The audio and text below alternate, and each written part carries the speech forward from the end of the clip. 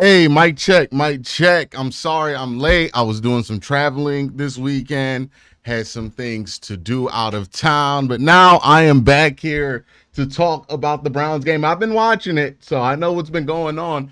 The offense is they haven't finished drives, but they're certainly getting to the red zone much more often than they were at any other point this season. There's a number of things you can point to for why that's happening. I mean, the big one's obviously the one everybody's going to talk about, the change at quarterback. Jameis Winston just much more uninhibited when it comes to attacking the intermediate parts of the field. It's just a fact. Just look at the intermediate pass rate for him this week versus like any other Browns quarterback this season. Maybe some of this has to do with the play call. I'm gonna be honest, like this looks like the same offense and the same concepts that they've been running since week one. It's just somebody else is executing them, right? So I think that's a big part of it. I think having Wyatt Teller back helps. I think DeJuan Jones at left tackle, he's been holding up well. And I think this was a good spot to put DeJuan Jones in because DeJuan Jones is not going to be asked to block for a scrambling quarterback, which is more difficult than blocking for a pocket passer. So if he's just blocking for a pocket passer, I think this is a much better spot to insert him. Yeah, somebody said the offensive line is blocking out of their minds right now. I don't think they're blocking any different than they were any week before. The difference is how Jameis Winston plays. He does not break the pocket. He does not make the offensive line's lives harder. And when you don't do that, you're going to get sacked less. You're going to get pressured less. You're not going to be knocked behind the line of scrimmage a ton.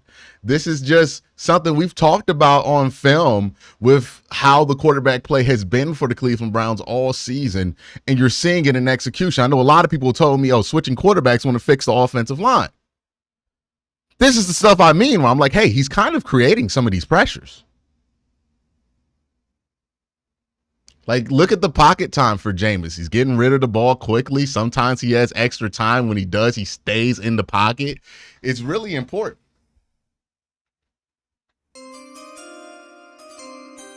We got our first super chatter today. Good to see Nick Chubb being himself again and well. Yeah, I need Nick Chubb to get in the open field a couple more times just so he could be more comfortable. But I've liked what we've seen so far. By the way, we got 500 people in here already. Make sure y'all hit that like button. Please hit that like button, y'all.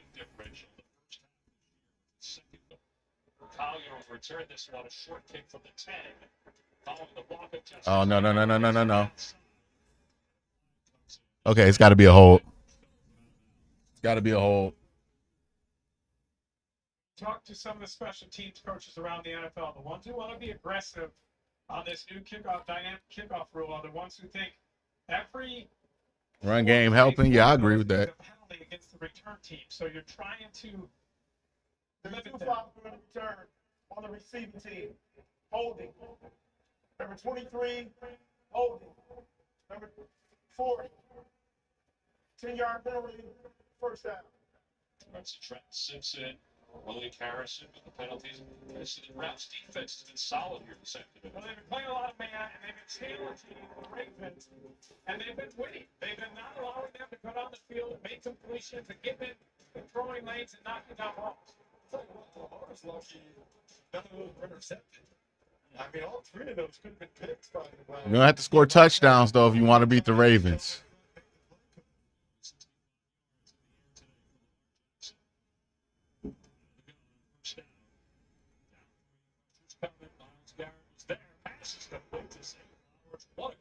Did he catch that? Did he catch that? No.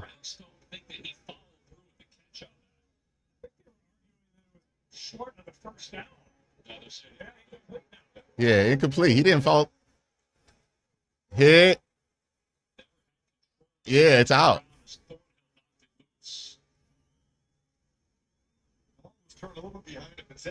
Yeah. He didn't survive the ground. Yeah, he didn't survive the ground. I don't know. They might challenge that, though. It's close. Yeah, there it is. There it is. They're not going to challenge that.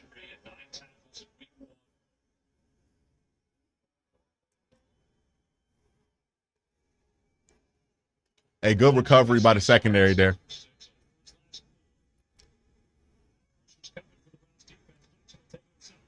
Gotta be a hold there on 64. Yeah, I'm about to say there's got to be a hold there on 64.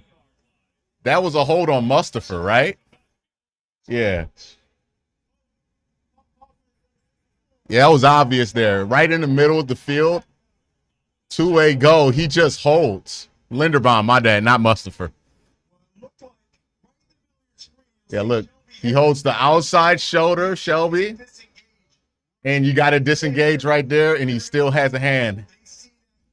You see that extension. They're going to call it every time.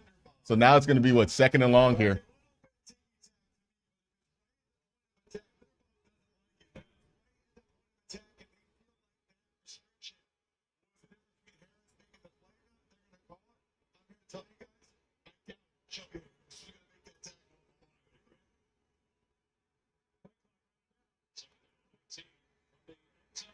Pressure. Dumps it off. Let's get the tackle here. Good job. Let me get the scoreboard up real quick, y'all. Up 6-3,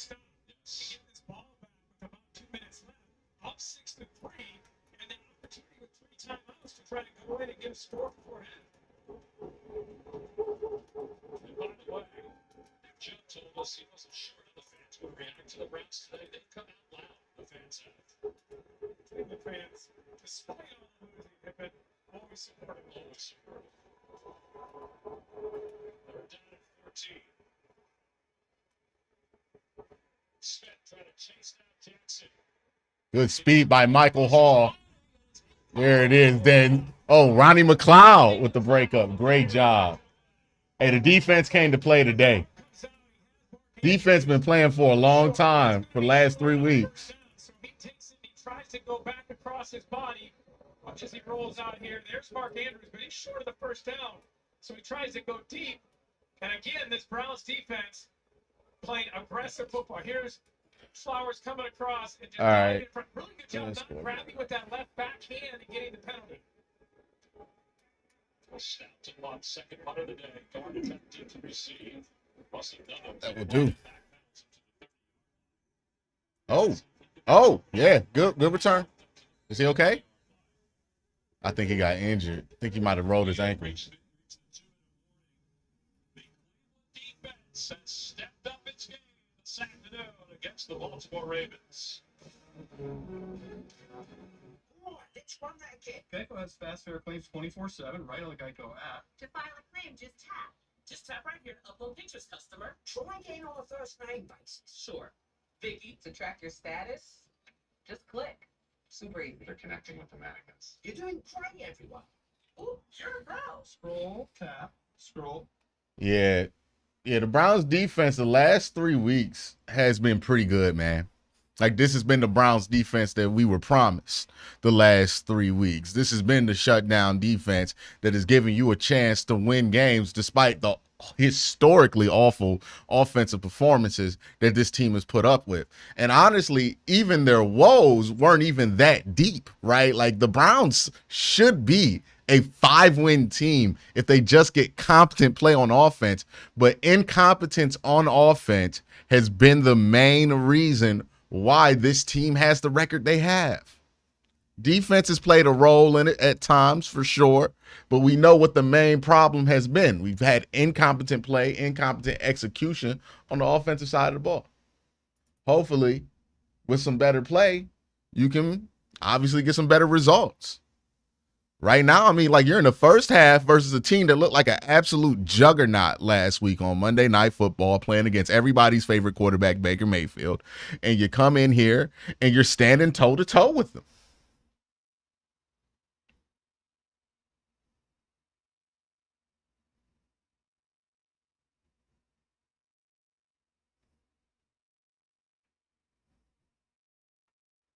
And we get the ball in the third quarter, too, to start the third quarter. I mean, last week, I'm going to be honest with you, we should have won that game if it weren't for special teams. Like, offense didn't even have to play well last week. Special teams cost you that one. Is sponsored by Old Navy. And by Geico. Get more with Geico. Coming up on the Rise at Halftime Report, join JB, Nate, Matt Ryan, and Coach Cower for all the latest NFL scores and highlights. It's all coming up on the Verizon Halftime Report. Tom, if you're the Browns right now, the last thing you want to do is turn this ball over and give Baltimore an opportunity to take the lead before halftime. So you want to be aggressive. You definitely want to go down and score, but if you're James Winston, be smart with the ball. Hey, Kyle Hamilton definitely going to crash down if you think this is a tight end screen, so you might be able to rip seam over middle.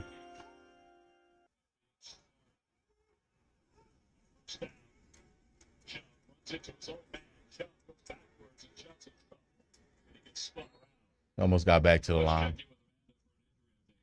More bad news for this Ravens defense. Remember, Brent Urban has already been ruled out with a concussion. Now Michael Pierce, who we saw go down a little bit earlier in this second quarter, He's out with a calf injury. Mike Pierce out. That's a big deal for the second half. Browns ain't going to have any more opportunities to really run the ball for the first half.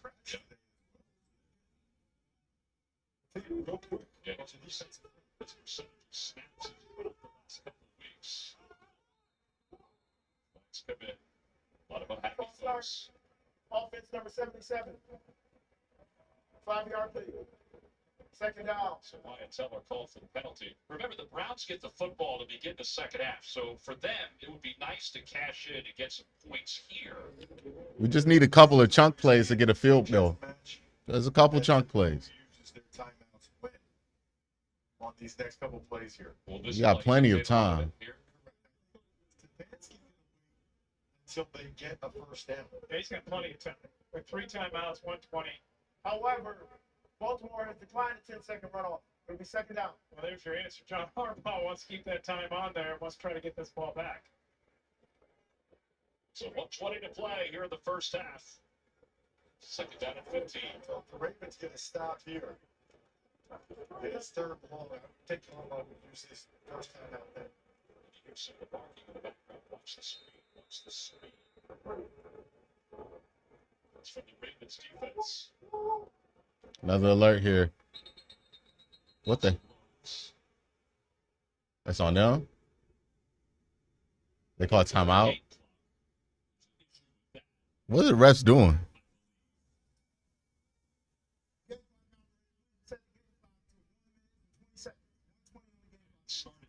It was that. Want to make sure that it stays at 120. Okay. All right, we good?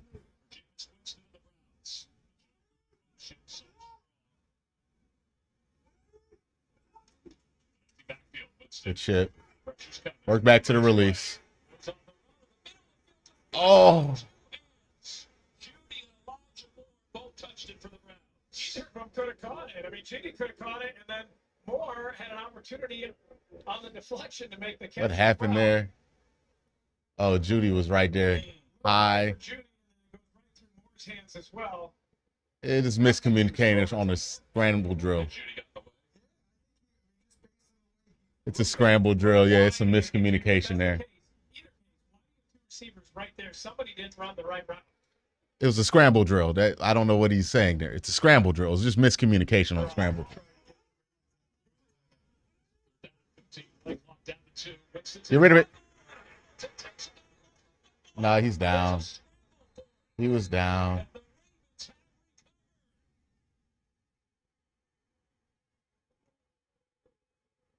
I think he was down. Was he down? Simpson gobbled it up.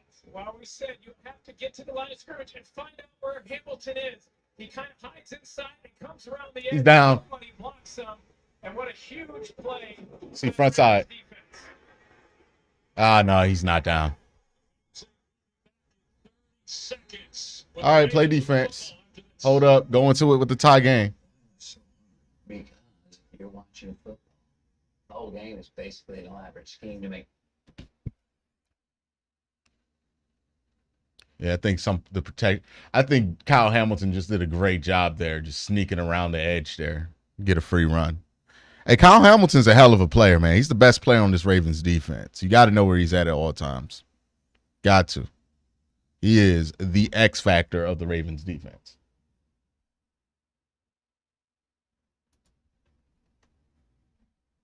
Just don't understand what the Browns were thinking in this spot here. Well, Jay, you said the one thing they can't do is turn it over. I said before that play, I'm expecting something conservative. I don't get it. Worst case scenario for the Browns. Draw to draw. Make him use a timeout. Punt the ball. You have a 6-3 lead. You cannot turn the ball over. And Lamar Jackson now with great field position on first down. The field passes to the 11-yard line. Aguilar's averaged 1 reception a game this year. They got 3 timeouts. Plenty of time. Hold him here. Hold him here. Hold him here. Really need to be in that much of a hurry. Still having those 3 timeouts. To the line of scrimmage on first down.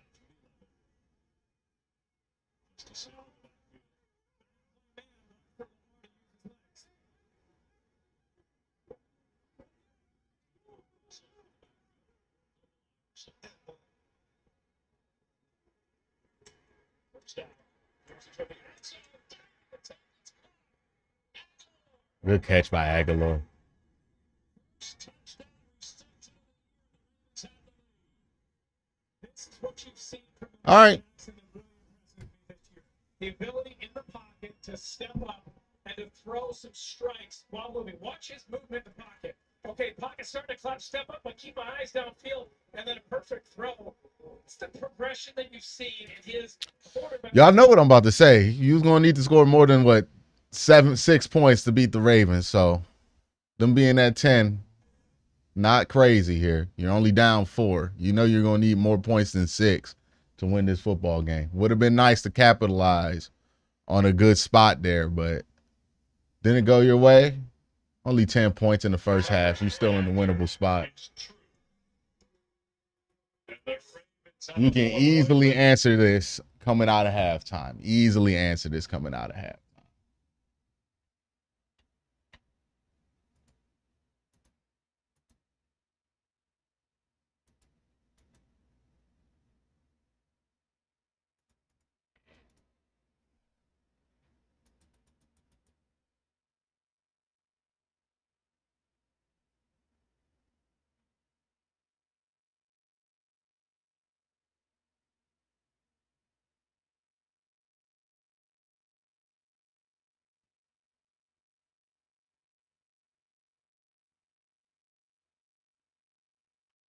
Yep. Yeah, I doubt they're just gonna kneel this out, right?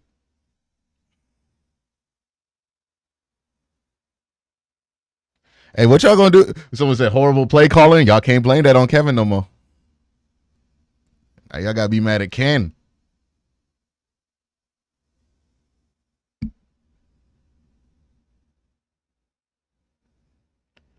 Someone asks, how was the blind side not protected with Jameis there? I mean, look what Kyle Hamilton did. He looped around the whole play. Like, he did. That was just a great play by Kyle Hamilton. He did a great job looping around and then getting to his spot pre-snap. Like, that's just a great player making a great play. I mean, they get paid to play too, right? Like, they're the best players on the world on the other side of the ball as well. So, can't really be mad at that.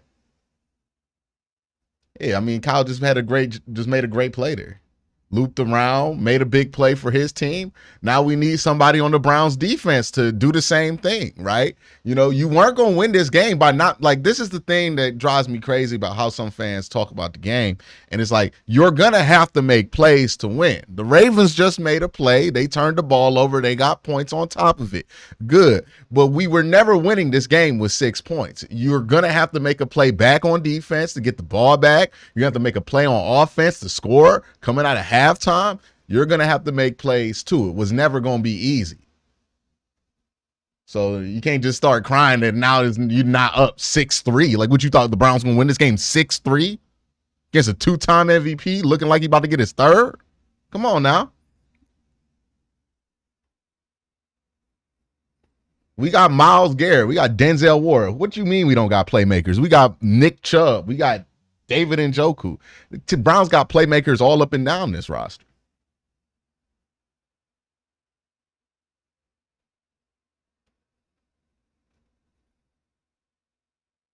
Yeah, for sure. Maybe not. alternative. Ooh, damn. It must not have been that bad. He got right up. Tom, mind-boggling might be the perfect word for that turnover, especially considering Ken Dorsey told us all week they've been emphasizing play smart but not conservative. That certainly was neither of those things. You'd imagine Kevin Stefanski not happy with that call either. Yeah, they definitely had words on the sidelines after that was all over with. Well, Dorsey needs to take his own advice. I mean, he was trying to drive the ball down the field on 3rd and 15 there to try to get the first down, and it cost them dearly. Well, you do have Oh, they're gonna throw? 23 seconds, but that's lingering. They're gonna try to get something? First down. Quincy, pressure's coming, steps up. Now he's trying to avoid it. Yeah, that's probably the right decision there. And let that roll in. You don't see anything, just let it roll down. Guys, super chat, no Watson. We're still only scored 6 points. Wait a minute, brother. Is your whole point here? Like, you think the offense doesn't look different? The Browns have outgained the Ravens in the first half in this game. That has literally not happened for a half of football this entire Brown season.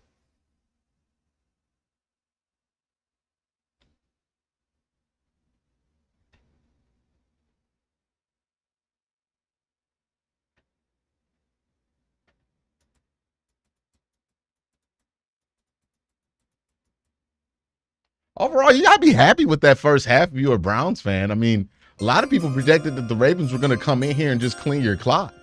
If we didn't have playmakers, we wouldn't be so upset at being 1-6. Exactly.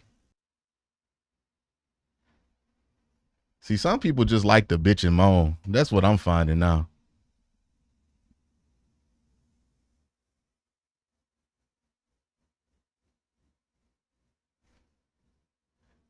A lot of y'all were in it. A lot of the people like crying, calling this game over. These were the same people, by the way, who were telling you the Browns were going to get blown out immediately in this game, that the Browns were going to be down 21 instantly in this game, that the Browns had no hope. Now that they have some hope, but something didn't go their way finally, now they want, oh, see, I told you. These people don't know what they're talking about. You know? We're 4 points down from a team that just beat beloved Baker Mayfield and the Tampa Bay Buccaneers by 40 or some shit last week. Our defense has been playing really good. The only time they've given up points was on a super short field off of a fumble. You had to expect that the Ravens were going to get points off turnovers. We know Jameis Winston be turning that ball over. It's going to be what it's going to be.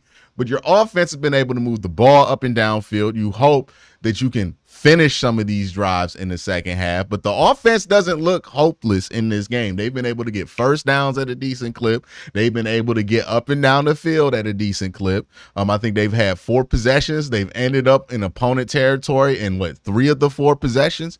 They clearly look better.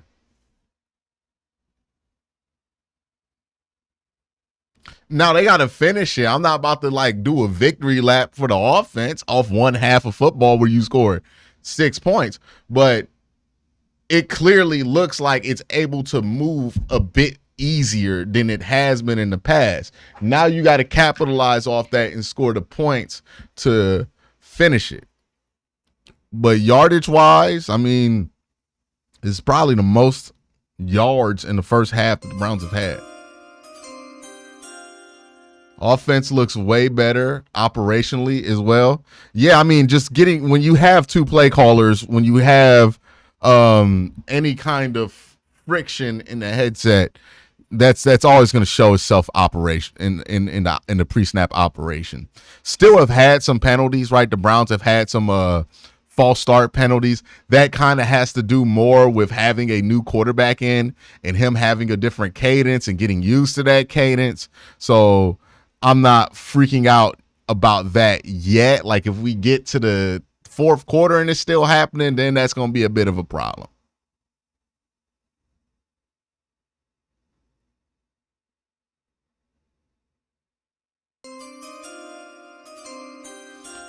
I was trolling, to be honest. Oh, okay, Winston does look better. You gotta make it more obvious on the internet when you're communicating through text that you're trolling. because I gotta just take what I see at face value. You know, I can't see the face you making while you're typing it. You gotta like let me know that you're trolling.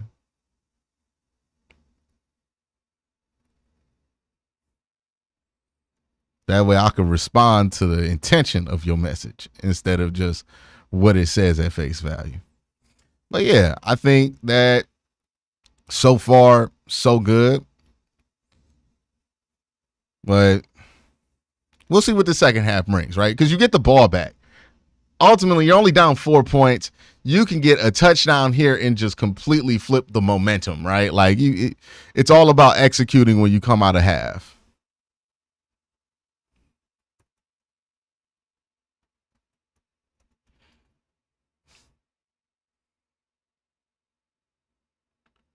But yeah, if you're looking at the first half, I think the good stuff is the defense. Team looks good besides the turnover, looking better on third down. Yeah, I mean, they're just more willing to attack the middle of the field and more willing to go for the intermediate stuff, right? And the thing I also saw, Jameis working back to his progressions, which was really nice to see as well there from the quarterback position. I mean, we pointed out on film, guys have been open. There's been answers to blitzes all year. The question is, will the Browns take those answers to those blitzes? And sometimes the answer, well, not sometimes, a lot of times the answer has been no. Again, you didn't expect to put 50 points on Baltimore this week. I know some people are going to disingenuously act like that's the case just to prove a point.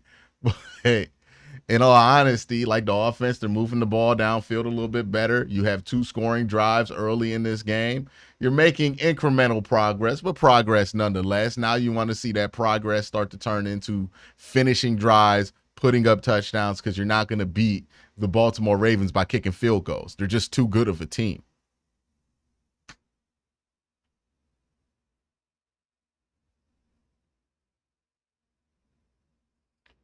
Somebody in the comment, Watson is better than Winston. If you argue this, you know nothing about ball. You're a loser. But hey, Browns fans are a loser. That's why we have this. That's what we have become. See, when people usually say you don't know ball, they never back up the statement of you don't know ball with talking about actual football. They just go, you don't know ball, you're a fucking loser or something like that. And it's like, okay, tell me what does Watson do better than Jameis and what concepts? Like, tell me what passing concepts does the Deshaun Watson unlock that Jameis does not hit with what he's been able to? Somebody say you can't talk ball. They never talk ball. Like, those are always the people talking the least ball, are the you don't know ball people. You know why? Because they're projecting. It's just an admission. They don't know ball. And they're projecting that on you, and they don't like that you're being mean to somebody that they bought the jersey for or some dumb shit like that. Nick Chubb spent $5 on Super Chat. Appreciate you, Nick Chubb. Love your content. My dad and I don't get along great, but we watch your content together. The offense needs to finish drives, but it looks great. Me and my dad used to argue about Josh Gordon all the time. My dad did not like Josh Gordon and Johnny Manziel. We used to have heated arguments over that. So that's nostalgic for me. Yeah.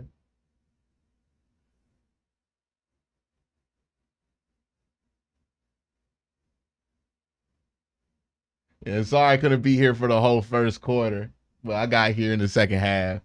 We're going to get this through. We got about 1,100 people in chat, man. Make sure y'all hit that like button, hit that subscribe button if you're new here. I drop 3 videos a day, Browns content, AFC North content.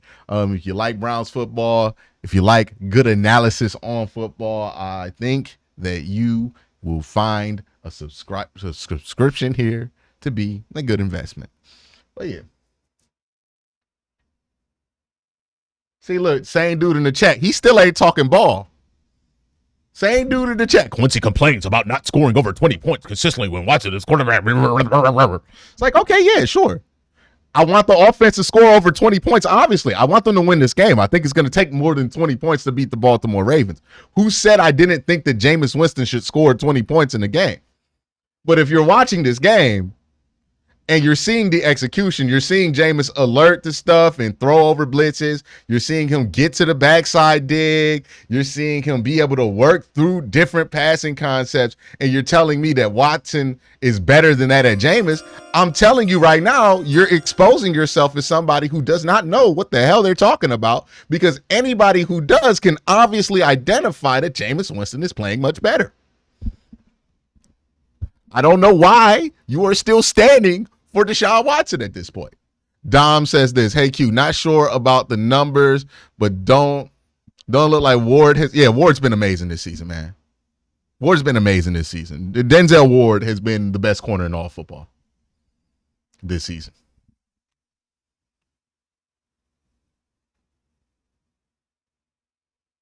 Yeah, see, look, he's back in chat just like he hasn't brought up one football thing yet. See, this is what I mean. When somebody tells you you don't know ball, they probably don't know ball. You don't need to conversate with them. So I'm done talking to him for today. We can mute him now. I've had my fun with them. Yeah, we can mute him. Let's put him on timeout now. I've had my fun.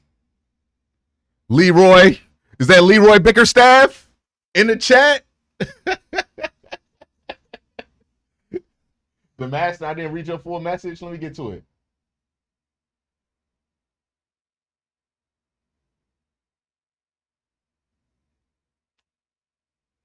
I just wanted to use him to prove a point.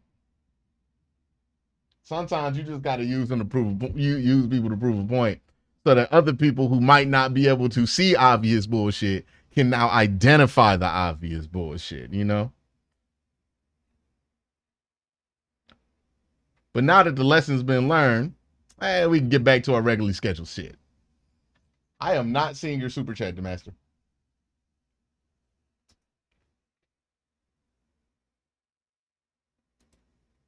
Yeah.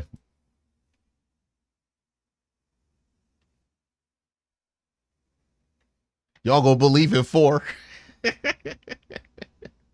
And that Leroy Bickerstaff account is kind of hilarious, though. I gotta give it to him. Because, like, those tweets are perfectly crafted. Like, if it was Deshaun actually tweeting that would be kind of sad. But I don't think it's Deshaun. I just think it's some dude. And I think that's what makes it even more hilarious. Like, some guy's cosplaying as Deshaun Watson's burner. It's the weirdest thing ever.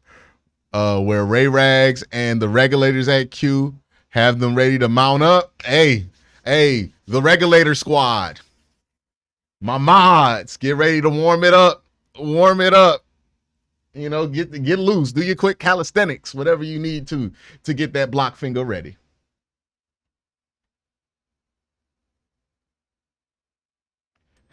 A lot of people talk about Denzel Ward wearing the Guardian cap. I don't think it makes sense for Denzel Ward. Like, if you look at the studies, and this is why I think we do a bad job of communicating this shit when it comes to the NFL.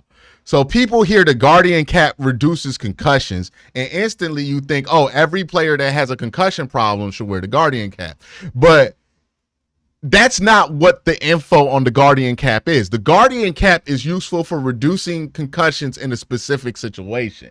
In the specific situation, the Guardian cap, which if you don't know, it's the big pillow that some players JOK is wearing over his helmet. The Guardian cap is useful for, like, front 7 collisions, right? So if you're a running back, it makes sense to wear a Guardian cap. If you're a defensive lineman, it makes sense to wear a Guardian cap. If you're an offensive lineman, it makes sense to wear a Guardian cap. And if you're a linebacker, it does, because it's better for those like small helmet touching collisions, that those get reduced because of the Guardian cap. What it does not do is the stuff where, like, you're in the open field and your head slams on the turf. That's not going to reduce that kind of concussion. We saw this earlier this year when Denzel Ward in training camp got out because he got his head slammed and he was wearing the Guardian cap. So, like, when people get mad at Tua for not wearing it or Denzel Ward for not wearing it, I think that's just misunderstanding what the actual effectiveness of a Guardian cap is. And it might not be effective or helpful for somebody who plays a skill position. And it might actually be harmful because you are adding extra weight to the helmet. So you have to think about it like that, right? The benefit has to outweigh the extra weight that you're adding to your head. And for some positions, that makes a ton of sense. For other positions, it does not make the same amount of sense. That's thrown in the air where they could have hits in the first half. The Browns will get the football to begin the second half. And let's see if they get anything out of this. They're not. And the Guardian caps do work, but they're for smaller collisions, right? Like when you're an offensive line and you crash into a defensive lineman's helmet on a play or something like that, or if you're a running back. That's the stuff that the Guardian cap is useful for. But it's not universal reducing concussions across the board. It's just for those specific use cases. Timeout that led to the turnover. Other than that, they played excellent football. Well, and conversely, that's the worst half I feel like the Ravens have played in a while, and yet they still have the lead. So you have to feel really good about that if you're Baltimore. Well, Nick Chubb will start in the midfield. 10 carries, 39 yards in the first half. Off the play fake, Winston to throw quickly. Ooh, got it. Way to get to the top of your drop and rip. Davis was in the coverage for the Ravens. Hey, eventually here, if you get this run game going, you're going to want to do a play action post Z. Z post, my bad. Jameis throws that ball beautifully. This way, he only had one catch the last 3 games.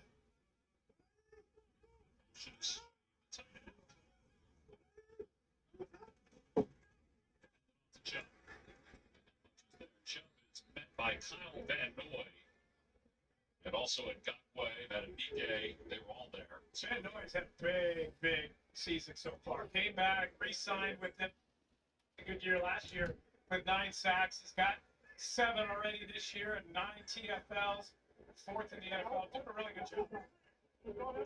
And now the Ravens showing the blitz from the bottom. Now they pull back. Winston, quick toss to the Joker. There you go.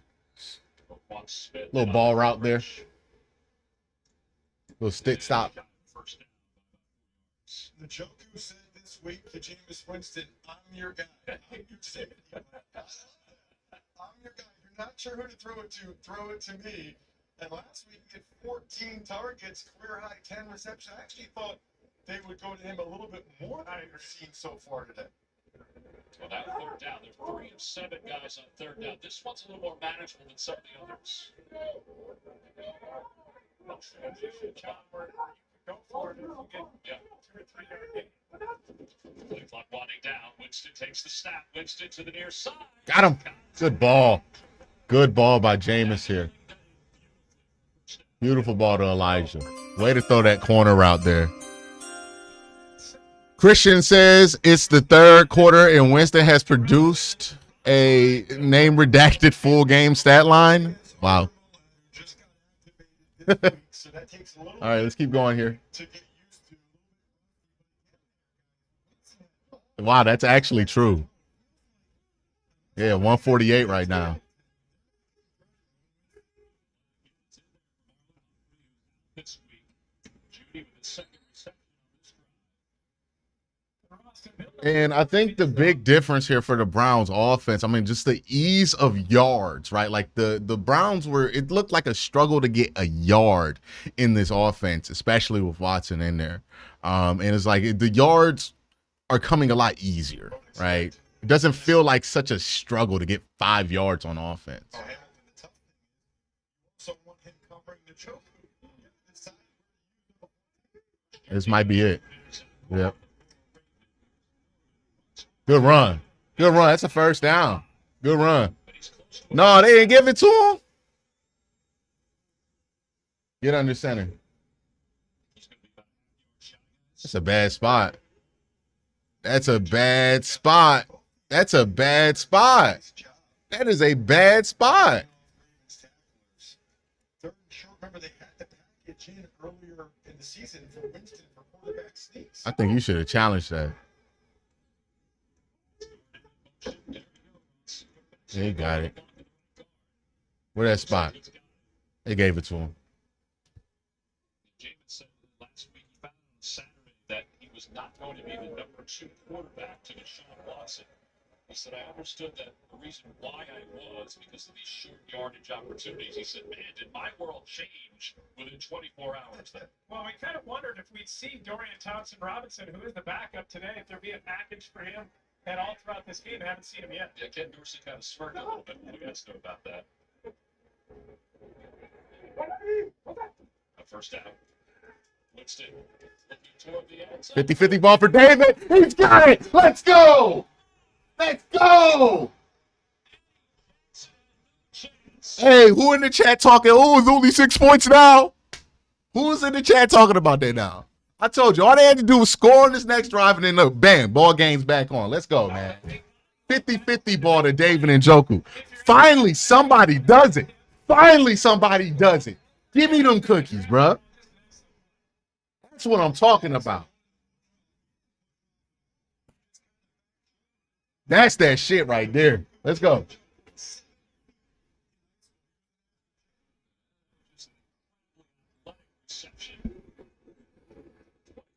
Touchdown pass for Jameis Winston. The point after is good. And the Browns have a second half lead. On the opening drive, Jameis Winston is able to connect with his safety blanket for a touchdown. Chicken. You? Really? Yeah, you got a problem with that? Tell me. Your giant candies. That was great quarterback play. That was great quarterback play right there. Good throw. Way to throw it up. Way to throw it up, Jameis. Way to give your guys a chance. That whole drive, just giving guys chances right there. That's all they've been asking for is opportunity. Give them a chance to prove they can do or not do their job. That's what we want to see. Great job there.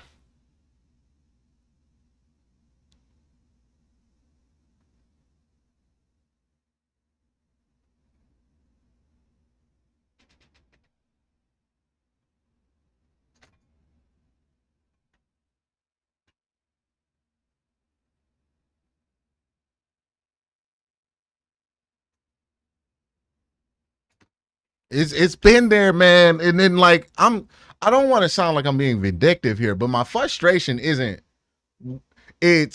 my frustration is this stuff, these opportunities in the offense, they've been here all season. If you watch my film breakdowns, you would know they've been here all season. It's just been about giving guys the opportunity to make those plays. And like, I'm gonna be honest with the David Njoku thing. Look, there's been like two quarterbacks who've given David Njoku 50-50 balls on a consistent basis. And it's Jameis Winston and Joe Flacco. Like even Baker Mayfield like was hesitant to give David Njoku 50-50 balls. So really glad to see that, man. Really glad to see that.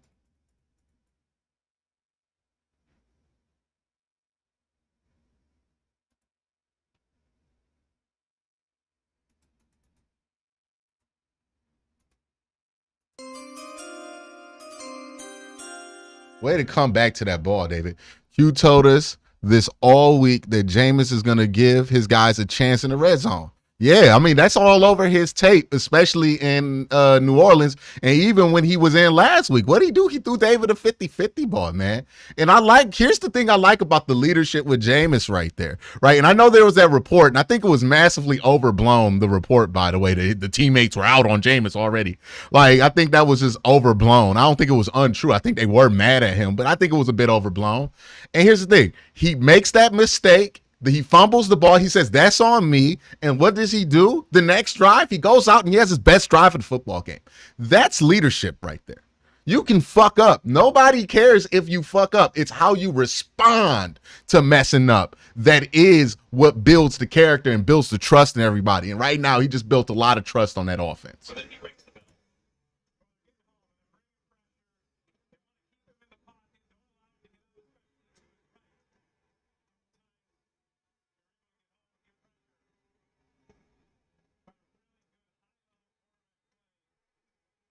Let's keep playing defense now. Hey, let's not be naive. Jameis is playing good and the offense is good, but let's not be naive about this. We need an absolute knockdown, drag out performance from the defense. to win this game. There it is. JOK. There it is. There it is. It's the first time we really said JOK's name. He's going to come off the edge. Did not get faked out by the Henry. Well, he jumps to try to. Oh, did he stick his leg out there? Lamar Jackson, boy, we got to take another look at that. If JOK stuck the right leg out there, Lamar Jackson pointed him like, hey, you got to call the trick there. I didn't see that until we watched the replay there. That's a big miss by the official. Again, that was the guy that you said to look out for. All right, let's get some pressure, Miles.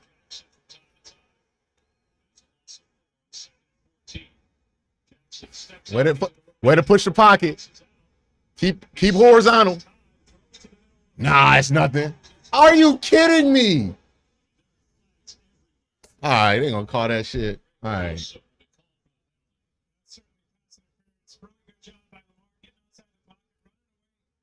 I don't even blame Greg Newsome for getting that.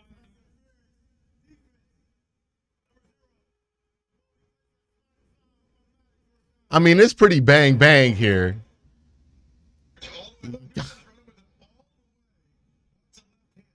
They're calling it. They're calling it tight today. They called it tight on Baltimore earlier, so yeah, they're calling it tight today. That's what it is. That's what it is.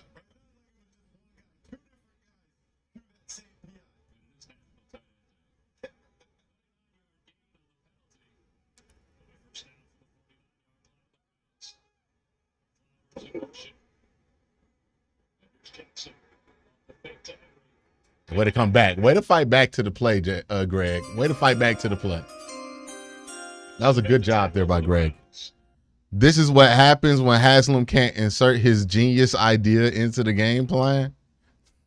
Man, I don't know. Like, I look, I'm not a Haslam fan at all, but I just don't think he's as involved with this as some people think, man. I think, look, I like Kevin, I like Andrew Berry, but I think their pride got in the way of making these decisions. We get to 3rd and 3 here. That'd be big. They're going to be able to get it. There we go. Good tackling. Diabite just shot the A-gap. Was that Martin? No, Diabite. Look at this. Look at 43 just shoot the A-gap here on the strong side of the field. Just patient and then shot it. Right into Derrick Henry. Not even hesitate. All right, man. 35 here is a big deal. They got Michael Hall at the edge playing edge. They got Miles playing 4-eye inside of him. On the twist inside, middle of the field, and it's dropped. They got to kick a field goal or punt. Good shit, defense. That's a long field goal.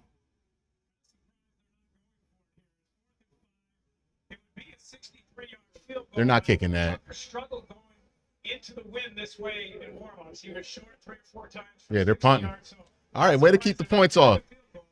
We're going to need Nick Chubb to have a big drive here because we're probably going to be backed up within the 10. Get the first down. You have to catch that. Darted back deep to receive this punt. Peter. Oh, it's a bad punt. That's a fine punt. It could have went into the end zone. But you're not going to be limited now with your play calling unless you get a penalty.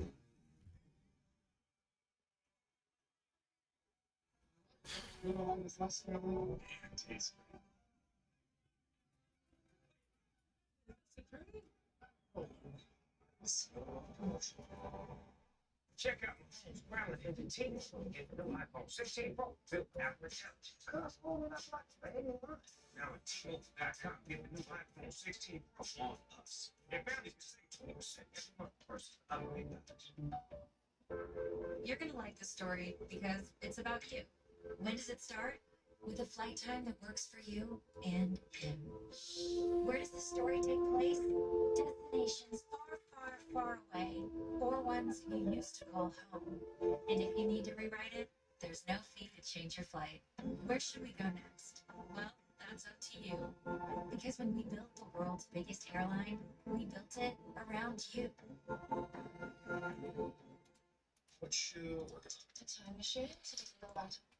All right, man. We gotta take advantage of moments like this, right? You get a big stop on defense. You at least, if you're offense, right, you have 3 tiers of goal. You want to get enough yards so that you can flip the field position back on Baltimore. What you don't want to do is go 3 and out here, and then you have to punt it and give it back to Baltimore at midfield. So that's the first layer of success on the drive, right?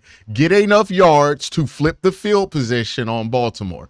Then once you get to that point, it's about points.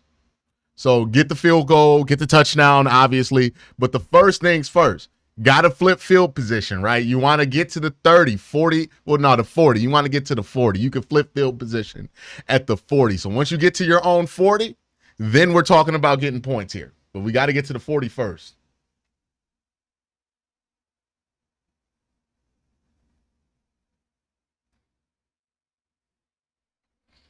Right? There's different ways to support your defense. Going 3 and out doesn't support your defense because you're going to make them have to defend in their own territory again. Get the defense out of their own territory. At least guarantee that. Get the ball to the 40. Once you do that, you know, now you're playing from a plus position offensively. But you got to do that first.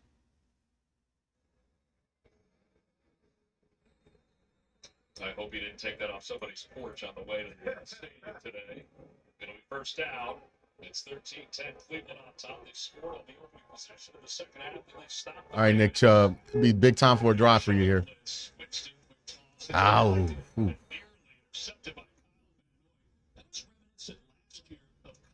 Hamilton's interception against the Browns in Baltimore. Van Noy, such a smart player. Chubb was going to be wide open, but man, Some people are like, why is the Browns offensive line much better? It's simple. It's when your quarterback rolls into pressure. intercepted already today. Yeah, both For teams. both teams that just happened. Second down and 10 for the 14. Winston at 15 of 22 on the afternoon, 176 yards. More importantly, he has not thrown a pick. Let's get rid of it. Oh, got it.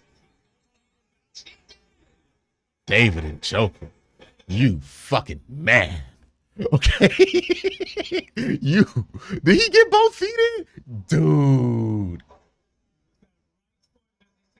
Oh, that ball kind of moved as he hit the ground there. Got it off. And a flag, challenge flag comes in from John Harbaugh. He threw it at the last moment. Did he get the second foot down? Looking at the right foot. Yeah, down. That's in. That's a catch.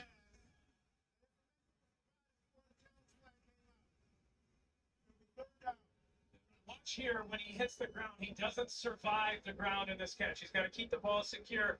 Watch the ball move. Well, they let Zay Flowers get an incompletion on that same call, so I guess that's fair. That's fair. That's exactly what they overruled the Zay Flowers one for. That's the same exact thing. Are we challenging it?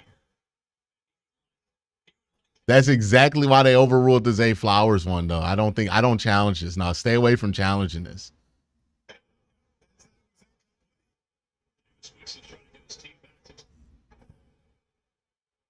Because they're looking at the feet. They're not looking at the ground right now, right? That's what everybody in the stadium's looking at, the feet. The ground right here, that's just... Oh, Cedric, look up for it. He lost it in the sun. Damn, that would have been a big opportunity there. All right, well, now you need Corey to just punt the fuck out this one. Offense didn't do his job on that drive.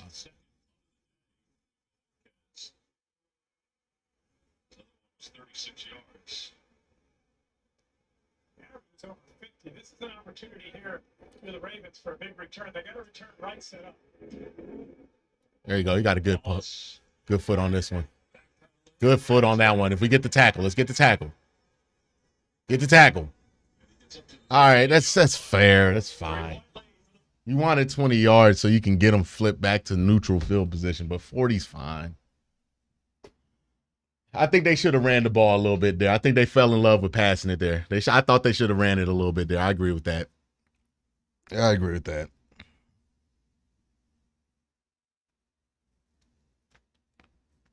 It's close. It's close. Look, I only will say this. Because of the fact that they did overturn a similar play like that for Baltimore, I think it's fair. I think that call is fair. Like, if they want to call that's fair. But yeah, they got to run the ball a little bit there.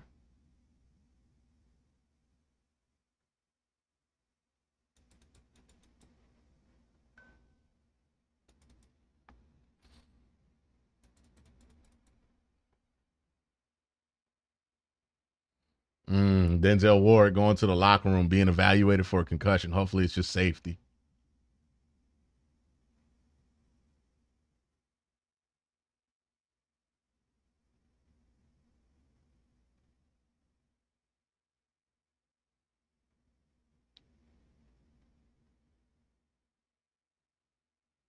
Yeah, it's a close one because they're saying you got to survive the contact on the ground, and if the ball gets loose, right, and you have to re-catch it, then you also have to have your feet on the ground again.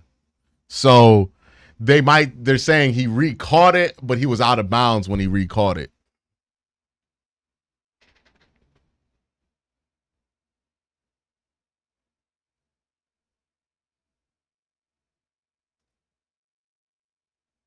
The fuck is this long ass commercial?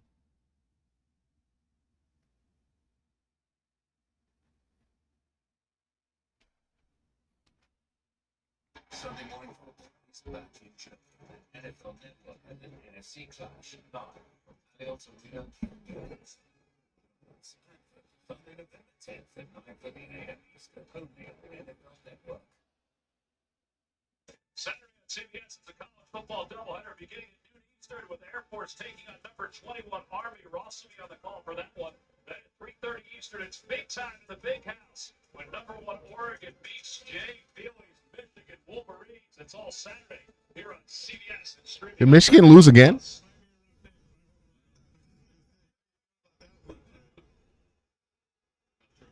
Assessment on your part. First down for the Ravens from the 38-yard line. Showing pressure.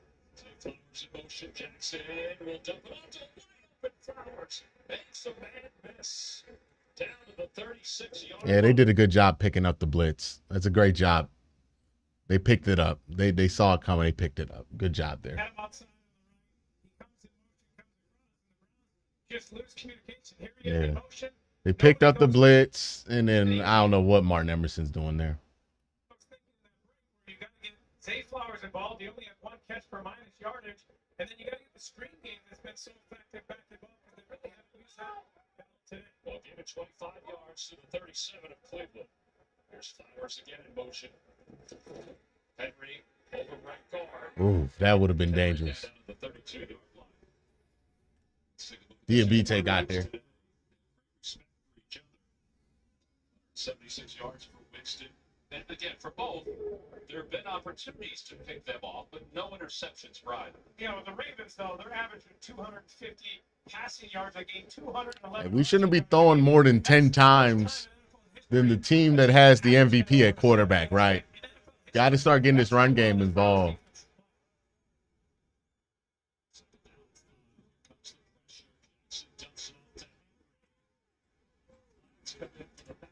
That's going to go back. It's going to go backwards.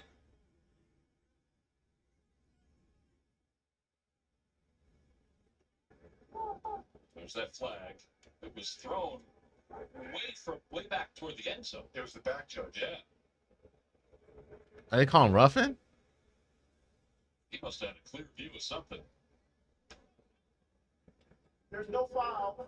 Offensive pass interference as the block occurred within 1 yard of the line of scrimmage. The runner was short of the line to gain. It will be 3rd down. It's third down and short. Well, I was looking at Zay Flowers here, and he can come up and he can do that if he's within 1 yard of the line of scrimmage.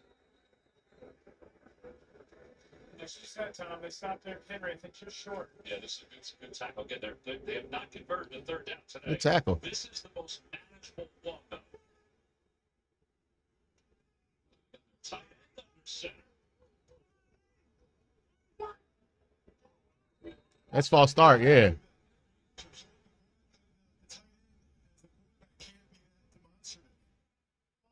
No, it was Linderbaum. Yeah. So when they brought Derrick Henry in, there's Charlie Fuller. I'm going to listen to it. See him move through it.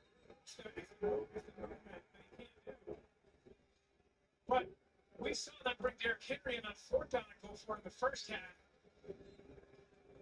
Yeah, And no Lamar Jackson. Like, yeah, you have by far the best offense in football. Why should we get cute in these critical situations? Now you're facing a 3rd and 6. Quick snap. Jackson setting up. He's in trouble. He throws off his back. Oh, what a play.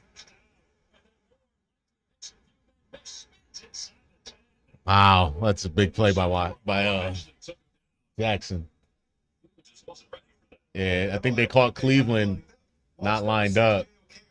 Now, even then, I think Zadarius, somebody gets a good shot on him. It's Myles Garrett, and he just makes that throw while under duress. left and he turns and flips that. Seen him throw that little flick of the wrist that's so difficult for guys to throw and be accurate with, and he definitely is talented in that regard. Ever since being tended to by the athletic training staff. Instead of having Charlie Fuller, your third string tight end under center, how about call one of those plays where Lamar's awesome? They seem to work. We'll take a break and be back as they tended the injured player. The world's most superior sports drink, designed to rehydrate, replenish, and refuel. Yeah, it's a big play by Lamar.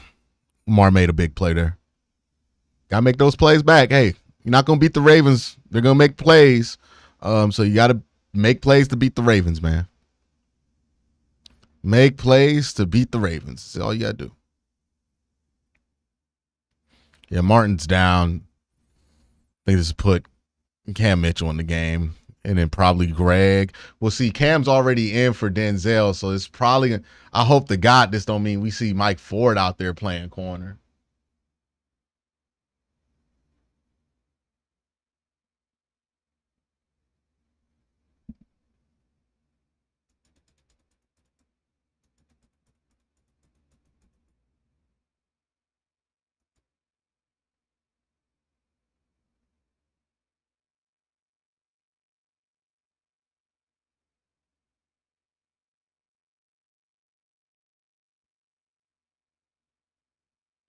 Yeah. Yeah, I hope this don't mean we give minutes to Mike Ford again.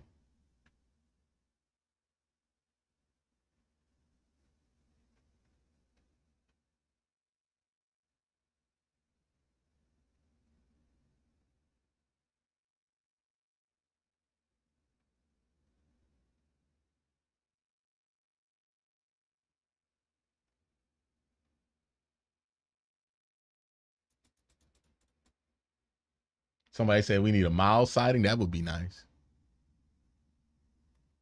This season has been very secretive. There's just some energy that's dramatic. It's going to be really exciting for people, I think. I can't wait for fans to see this. Bro, Tears is really, really good. Don't this mean epic return of Yellowstone premiering this November only on Paramount Network. The NFL on CBS is sponsored I hate that they inducted him with that uniform on.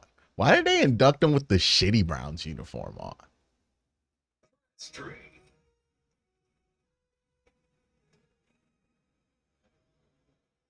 Joe Thomas and his induction into the Hall of Fame in 2023.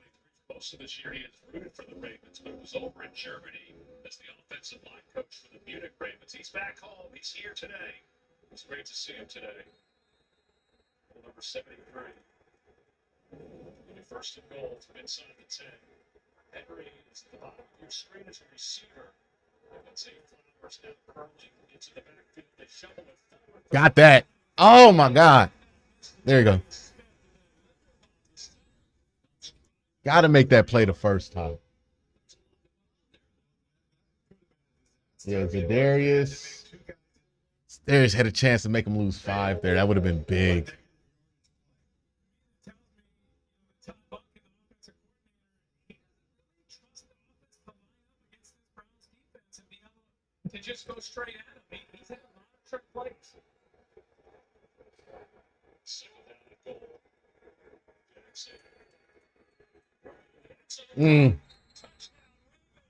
All right.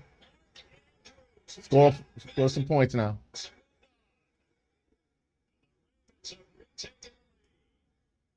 Who was on Mark Andrews on that play? Was it Greg? Yeah, you got to figure out how you can get out of that if you get into it, right? Delpit's low, and it's just a body thing, right? It's a size thing. Greg's too small to be on a tight end. It's a good call there. Get the mismatch they wanted.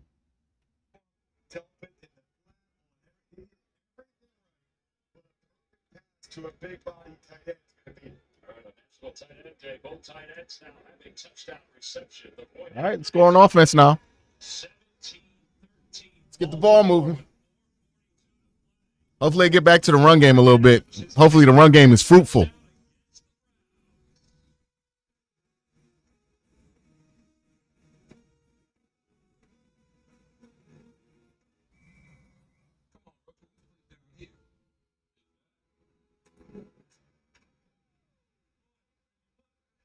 Check time in there.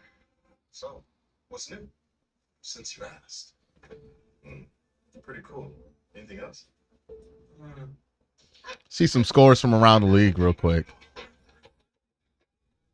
What's he doing? He's watching the game. Eagles, Bengals are tied at 17 right now. That's an interesting result here. Ravens, Browns, obviously we know it's 17-13. The Lions are up 42-14 in the third quarter against the Titans. Crazy how much better the team looks just from removing Deshaun's offense and defense. Deshaun offense and defense both look much more motivated. Finally watchable football. I would say this, the defense has been playing like this since the Philly game. The defense has looked like this for the last 3 weeks. The Dolphins are up 20-12. The Jets are up 16-14. The Buccaneers are down 24-17. The Packers are up 13-10. And the Colts are down 10-20. It's all new. CBS tomorrow, 8:30, 7:30 Central, and streaming on Paramount Plus.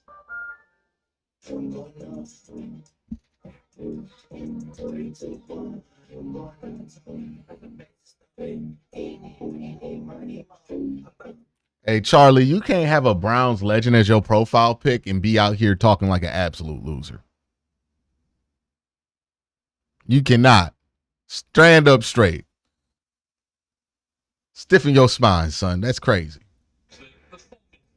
Yes, the second of both teams. Mark Andrews, who passed Todd Heap last week for most touchdowns in Ravens history for a tight end, said it was cool getting a text message from Heap. It was a Raven for life. And he said, most importantly, I got to do it with Lamar. He said that was the greatest thing. What a connection those two have had. I mean, if you look at the tight ends for the Ravens this year, cumulatively, 51 receptions, 639 yards, and 8 touchdowns. They love going to their tight ends. Justin Tucker will kick it off. 4:42 to play here in the third quarter. Pierre Straw. Let it bounce. Let it bounce. As it returns here today. I know you ain't fuck up field position. Tuesday, the Cleveland Browns players and patients from the Littlest Heroes of Children's Cancer Foundation participated in the third annual Halloween fashion show.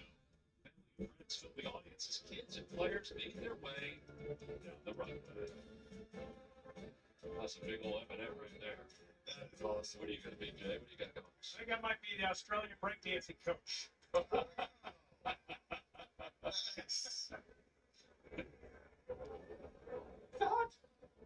Winston under center. Judy in motion. Here's Chubb. Got some space here. There you go. Good run. This is Miles Garrett today. The Terminator. I'll be back. He like worked with a Hollywood firm to get that. That seems like a lot of work to just dress up to go to a game. I used to just wear like a hoodie and jeans. Hey, what's up? That's the nickel. That's the nickel. Hey, what's up? Both one is the nickel. They go to Chubb again. Good cut. There you go. There you go. Let's go to Coach Coward for an update, New York. Yeah, game those ties, Cincy and Philly. All of a sudden, you see a little play action right here. Jalen Hurts on a deep cross is going to find Devontae Smith from 45 yards out. Catches it, get his feet down, and Philadelphia takes a 24-17 lead over the Cincinnati Bengals. Well, Coach, we got some points going on in Cincinnati there today. Both these teams would like to see a Cincinnati loss. First down, it's a play fake. He posts. Got it. And Judy's on the run. He's still up. There we go. Let's keep it going. Keep it going.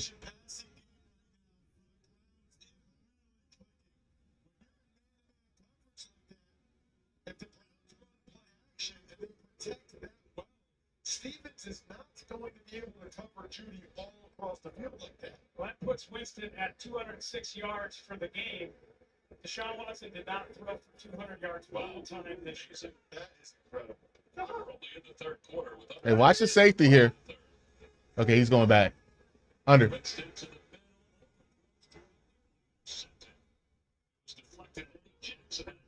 We're going to give you a chance. We're going to give everybody a chance to make a play. Yeah, he tries to rip that. I mean, that's a one-on-one. We're going to give. Interceptions in his career is why he lost his job in Tampa and New Orleans, turning the ball over. That throw's got to be down low. It's got to be where his guy can catch it or nobody can catch it. You can't. All right, let's run. Run right here. High over the middle is usually where you have turns. I always say when you watch Jameis playing the game, he's going to get 4. It's either going to be touchdown, interception, the ratio. Could be 2-2, 1-3, 0-4. By the end of the game, he usually gets 4. I give it to Corbin. Good run. All right, 30 short. 35. DeJuan Jones at left tackle looking like a good move at the moment. It's an emergency move, but he's holding up fine there. Said to Amanda at halftime, we have to convert when we get down near the red zone. They're down near the red zone right now. Well, again, they're the only team in the National Football League. 20 points in a game this year. Pretty incredible. Got it. That's going to be in. Stand up. Let's go.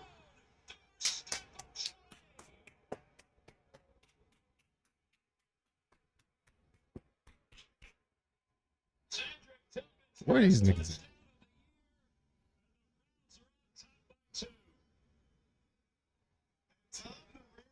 That's what I'm talking about. Hey, got to get the extra point here. We at 19. We ain't done 20 yet. That's in. Cedric Tillman, easy money. Easy money.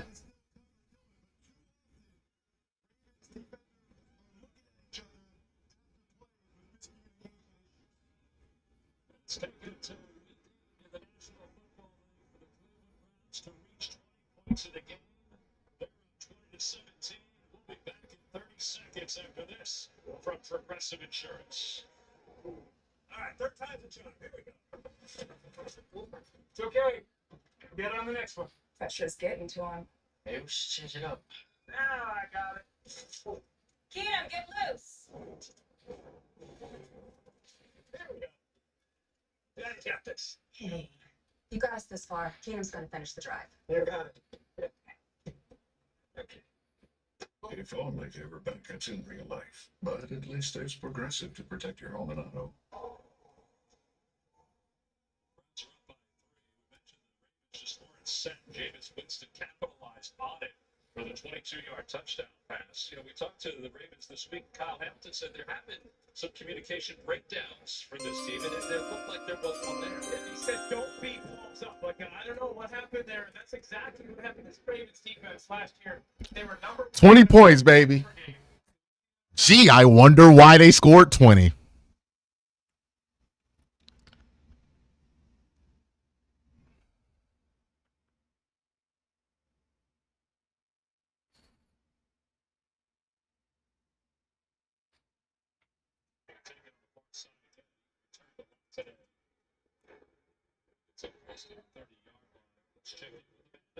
Tom, Kevin Stefanski told us this week the fun in this business is winning. In the locker room after a win is what's about. Let's go. Let's try to win this game, man. Let's shock the world today. Let's upset this team.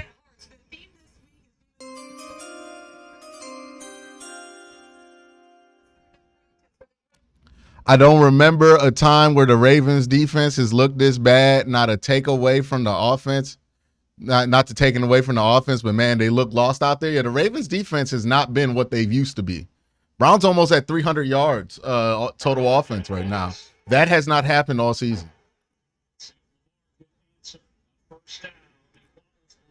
There you go. There you go. We feeling like the Browns again now, baby. Let's go.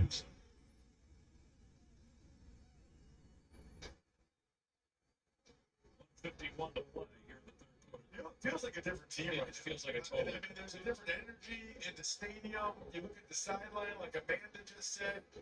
This is exactly what you would hope would happen when you put a new quarterback in there. Is Tillman slowly turning into a wide receiver one? I wouldn't go that far, but he's having a decent game.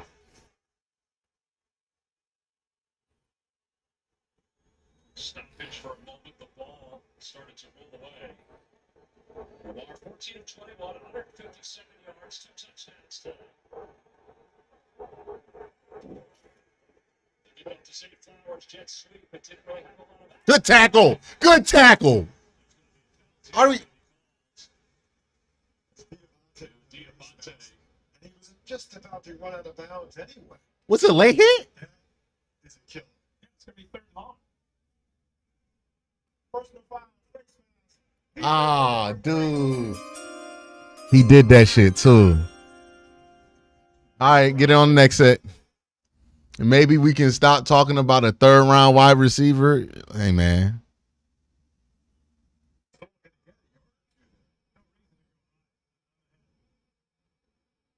So an automatic first down up to the 44-yard line.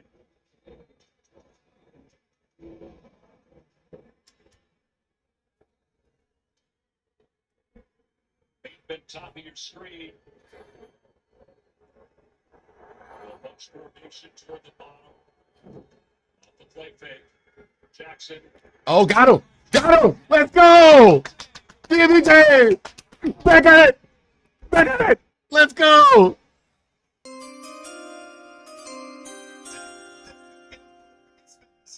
With the blitz there, he's going to come right out the middle. And you're going to see him come just as Hill's got. So this is one-on-one pass blocking, goes right through him. Lamar actually almost runs into Hill, as Hill not able to make a good enough block on Diamante. Diamante went on to the sidelines after that play. They give it to Henry. And Henry breaks. Oh, don't let that happen. All right, third and long still. Oh, is JOK hurt? Yeah, he got hit hard. He looks concussed. That was a significant collision. That sure was. See if he's okay. Yeah, he just took. Ooh. Yeah, he's concussed. He's concussed. He's concussed. Look how his body just kind of like goes limp there. And he just kind of falls. Yeah, he's concussed, and I think he hurt his shoulder. Happy yet, no matter what happens, I'm happy. Stunning moment here in Cleveland as they deal with JOK. Why do people think the Guardian Cap's supposed to eliminate every concussion that can ever happen? Like it's just supposed to cut down on certain contact. He can't move?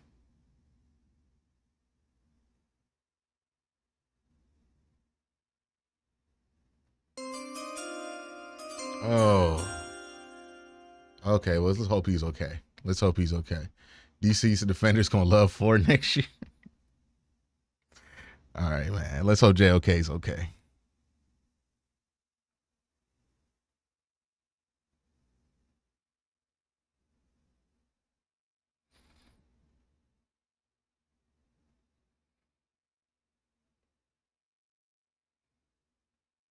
He's been having such a good season this year, too. I hope it's not serious.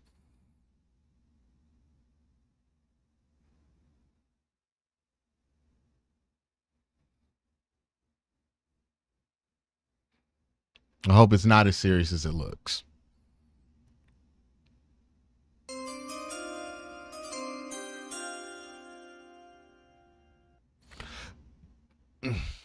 Win it for Jimmy. Oh, Jim Donovan. Yes, Jim Donovan. Yeah, of course. Yeah, it looked bad. Because like he looked like he got concussed on the immediate hit, and then he landed on his shoulder, and that kind of turned his neck too. Hopefully, whatever numbness he has is temporary, and he's just physically as a person, not even as a football player, just okay there, right? Because you don't want to see the worst case scenario that happen. So hopefully it's not as bad as it looks. Hopefully JOK be all right. Hopefully we get those positive updates about that. Winning for Jim Donovan, absolutely. Rest in peace. A legend, a hero of mine, a inspiration of mine. One of the greatest to ever do it, and who will ever do it is Jim Donovan. Like that's the guy. That's the dude for real. You know, nobody will ever live up to Jim Donovan's legacy. And that's not a negative thing or a slight on the next guy or Andrew Siciliano. It's just impossible shoes to fill. Hall of Fame voice, a legend, and an inspiration to a generation of sports broadcasters and sports fans.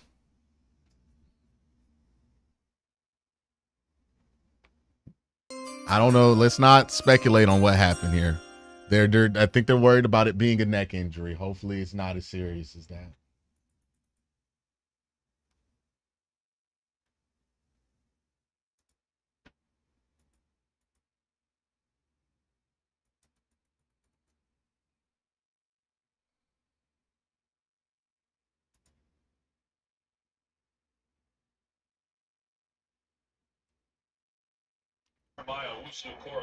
All right, he's moving. He's moving his arms. He's moving his arms.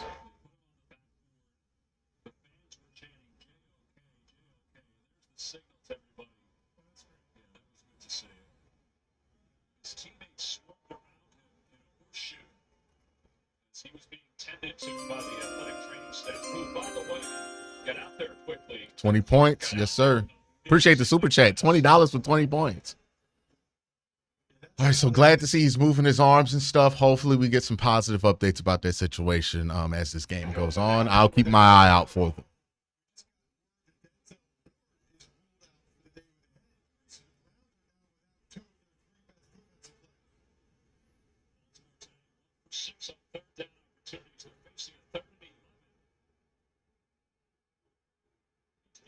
All right, Miles.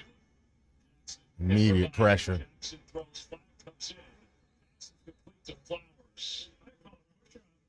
Flowers. Yeah, they're gonna decline that. First live stream is like a AA for Browns fans. Okay.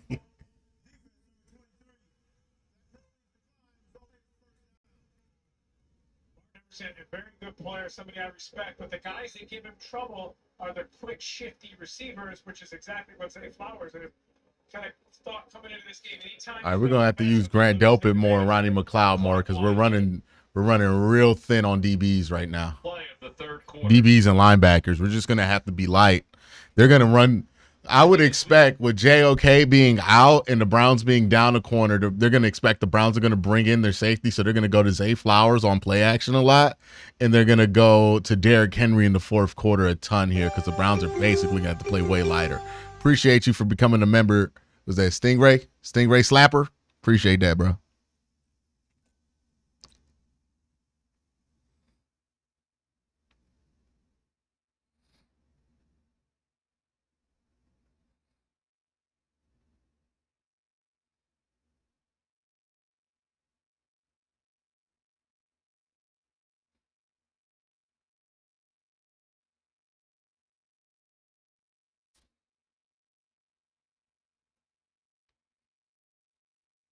All right, let's finish this game here.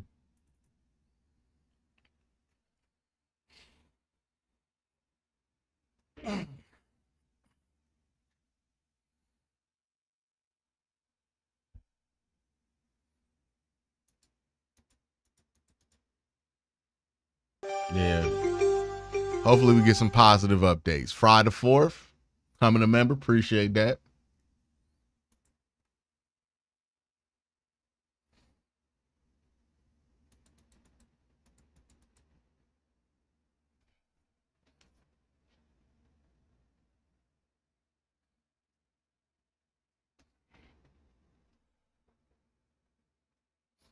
Yeah, glad to see him moving his arms. Hopefully we get the update that he's moving his whole body and everything, and hopefully walking and all that.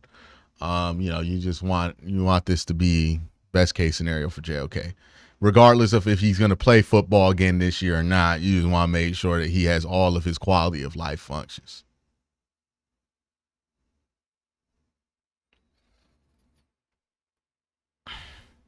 They ready with. Yeah, Ward out with the head injury. That sucks too.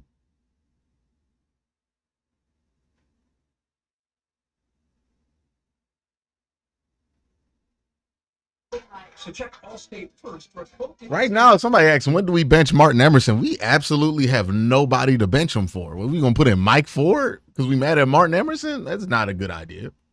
17. Jay Feely, Ross Tucker, former Brown, for a month. Thomas McCarthy, Van Valionis is down on the field.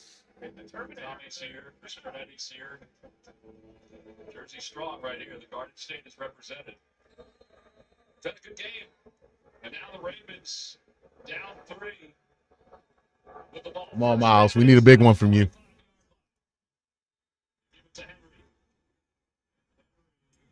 Yeah, they're going to go to Henry a lot here. They're putting Bush out there to counter. The only thing I'm worried about with Devin Bush there is that Lamar is going to be a lot more effective as a runner with the big linebacker out there. He wears down defenses. He starts to run through. Like you're basically gambling on like, hey, when's Lamar going to scramble when he's not? Because you can't have 30 out there if Lamar's scrambling.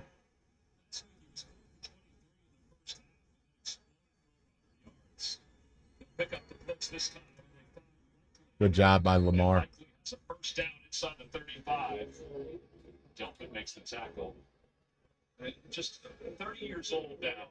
To see what he's been able to accomplish, taking care of his body and doing things so differently as he's gotten older. I mean, look at that, 125 yards a game. I mean, that's just unbelievable. Well, what's really crazy to me, and this is more of like an off-season topic, but he's making $8 million a year.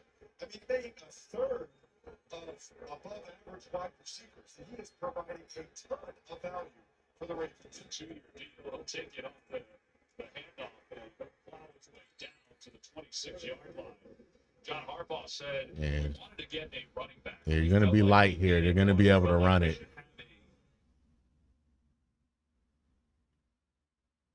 He said he knows that they function. Devin Bush is not really the most reliable person in run defense, but you really got nobody else to go to. I mean, you could go Grant Delpit and just basically run dime the rest of the game, but that would be dangerous. Oh, okay. They helped you out there. All right. So that turns it to 2nd and 8. Get an incompletion or a sack here that can really flip this whole possession.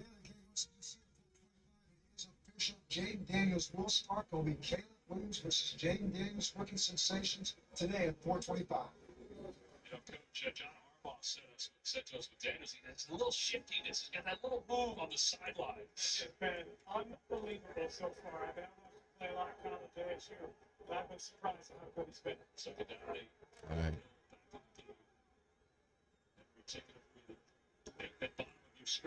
Oh, up in the air. Got it. Oh. Miles, you got to be better at flying balls than that, man. I don't know if he scores a touchdown. Good job, Shelby. Oh, Miles never played baseball, huh?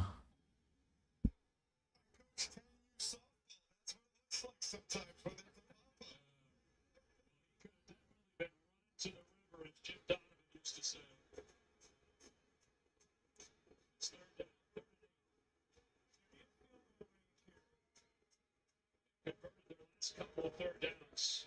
They were for the first 5. Pressure's coming. Jackson. Oh, up in the air. Big stop. Big stop. Don't get a penalty after the play. Good job, Greg. It seems like the players have reconciled their relationship with the fans, huh? Second, third down drop that they've had today. Yeah, that's a legal hit.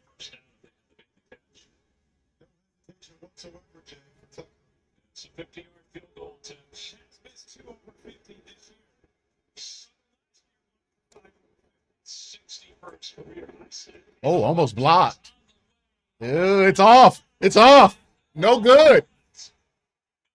All right. Long drive here. Let's get a 9-1.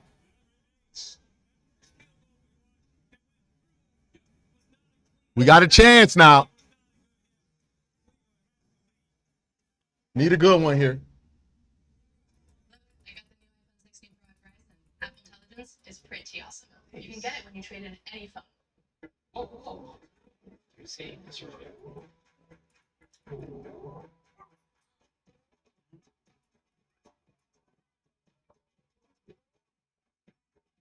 Verizon new and existing customers can get iPhone 16 Pro and a new iPad, all on us. That's over $1,400 in value. He ain't go low on Lamar. That's not a low, like he's above the knee. That's not low.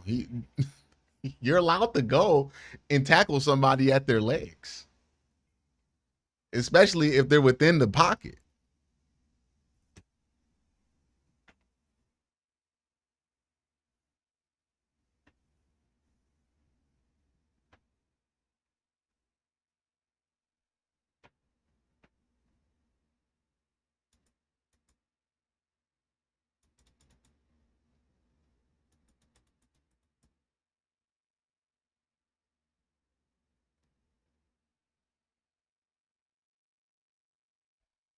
All right, now. Y'all know what time it is, man. It's the fourth quarter. It's a tight game. Y'all know what time it is. It's sweaty palms time. Shout out Austin Carr. It's clinch 'em time. It's clinch. Time to get tight up in here, man. You know, it's nervous time. Do you got it in your stomach to handle a game like this? Or are you tough enough mentally to handle a game like this? It's gonna be tight. You're gonna be nervous. You're gonna be sick to your stomach. This is what it's about. We've been waiting all season to feel like this. Akalon, should our priority be a QB or offensive line to draft, brother? We're gonna worry about that in the offseason. I don't know. Like, there's so much football to be left to play in college to be able to determine that, and for the Browns. You might find out that DeJuan can play left tackle. Absolutely gorgeous day here in Cleveland, Ohio. Now, look, if Baltimore's going to be expecting you to just run this ball now, right? So if I'm Ken Dorsey, this is where you go with the play action, with the Z post, right? Just the big Z post here.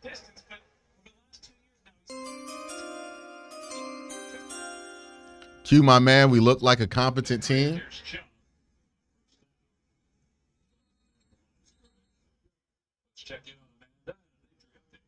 Tom, just an update on JOK. It is a neck injury. We're being told he is en route to the hospital, but great news, he does have movement in all of his extremities. Ooh, okay, he's moving. He's moving. That is a tremendous update. Mike Skinner says, Q, my man, we look like a competent team. We're playing much better. Playing much better. I want to win this one, though.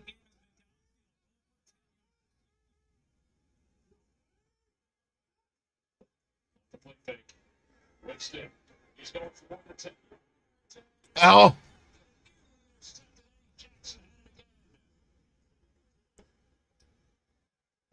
They stay confident. Eddie Jackson did a good job stepping into that window.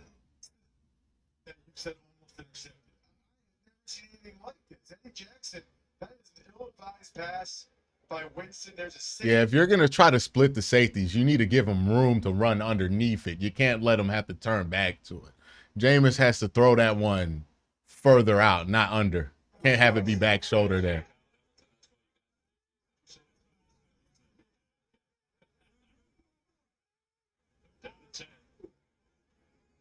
pressure's coming again. He will get the first down on the pass as Elijah Ward's wrapped up. That's fine. Just don't turn the ball over there.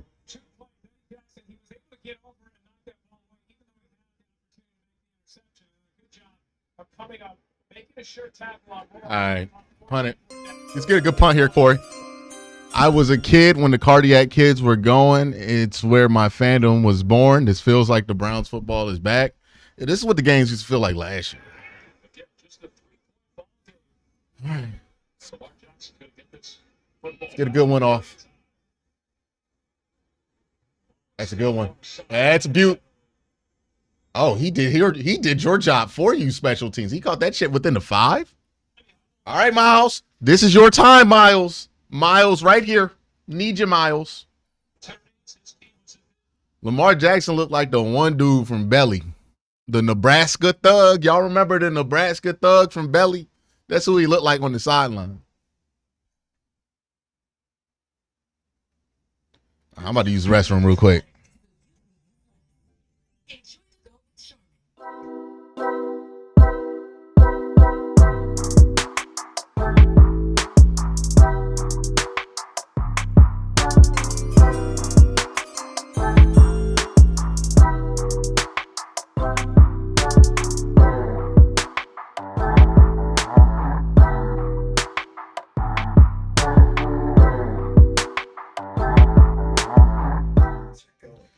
Every 1 minute that goes by that makes Kevin Stefanski say, yeah.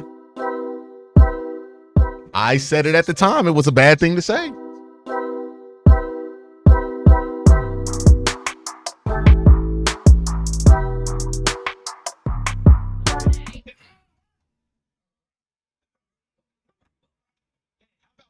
over there some ice cold Coronas, and you share some of that barbecue. That sounds lovely. Let's commit to I think we got this in the bag unless Lamar takes a bathroom break. Here's also something to consider, right? With JOK being out, JOK is one of the few guys who can match Lamar. Also going to have to be in lighter packages because of the amount of injuries they've had at linebacker and safety. So the Ravens are probably going to try to run this thing very heavy. Now, if you get them into a third down situation where they have to pass, then you can put them into a spot to where it matters that Miles is out there. But first, you got to put it into a position where it matters. You're going to need a big couple of plays here from your interior defensive linemen. Like, they're just going to have to make some plays. So what's this all about? Missing high school baseball. Disappeared Statesville. Hello? This place. Do everything I can to track her. His all new CBS Tonight after 60 minutes. Like this is the Ravens for the season compared to today.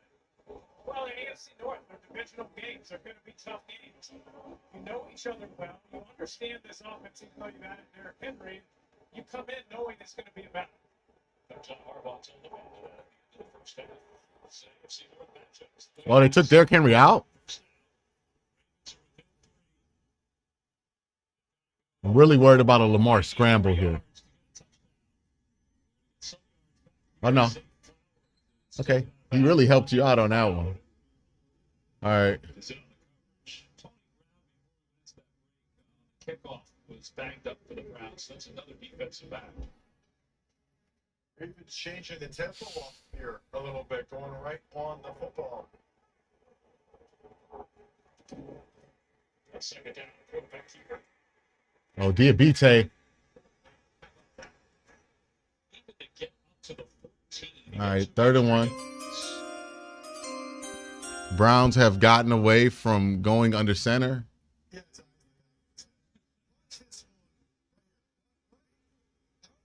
Yeah, they didn't run under center last one.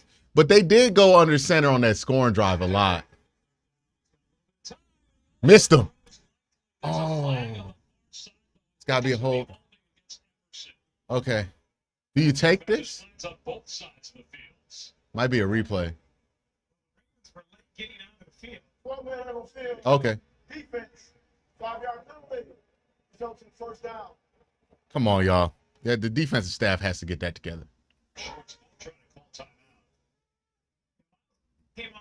They were trying to substitute. Kevin was trying to call timeout. The Ravens quickly got to the line and snapped the ball. Yeah, with all the defensive backs out, with JOK out, Devin Bush, Winston Reed, they're getting playing time, so it's a little different feeling. And JOK is the green dot guy that usually communicates with Schwartz. So he's the one that usually gets everybody lined up and take it into play call. So first down, close to the 20. Good play by my. Oh. Okay. Minimize the damage there. That could have been way worse. Great pickup by Delpit. JOK was the matchup guy with Lamar Jackson when he ran the ball. That was the guy that they wanted coming up, spying him, trying to make plays on him. And so Lamar has that opportunity to keep the ball running. So you exploit that a little bit more now that he's out. There you go. Stick on. Got him. Big play. Za'Darius. Big play. All right, you got to get this one. This is your best chance to get off the field.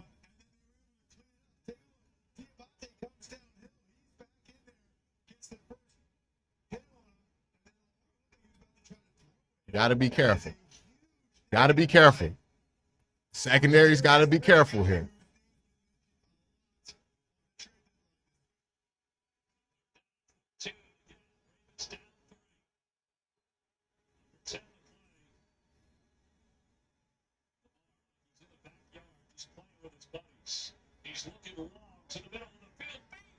Oh, and he dropped it off his face. The sun must be bright. That's happened a lot of times in this game. All right, you're going to get good field position on this next possession.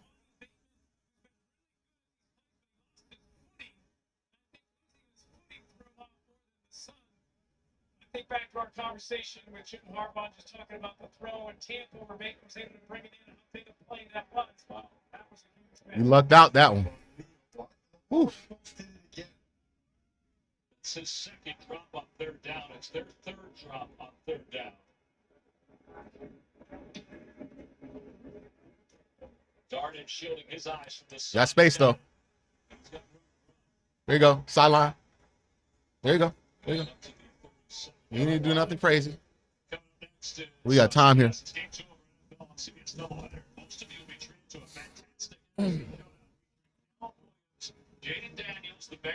All right, man. The Browns really haven't tried to go a deep shot on the outside, running left to right, over top, post or zone. I mean, post or over. They haven't tried that yet on the play action boot all game. I imagine they're going to go to that soon.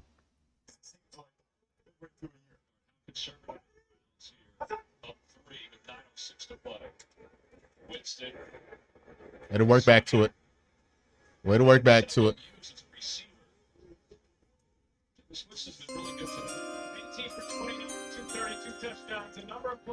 The sun is our 12th man. The sun been hurting us too.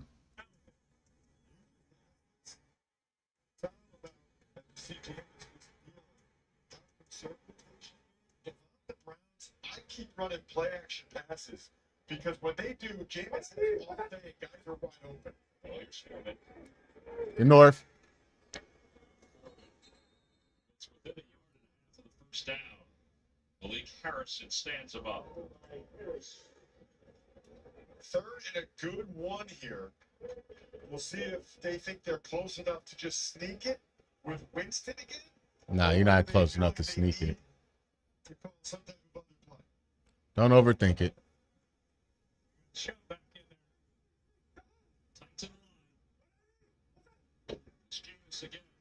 He got it. He got it.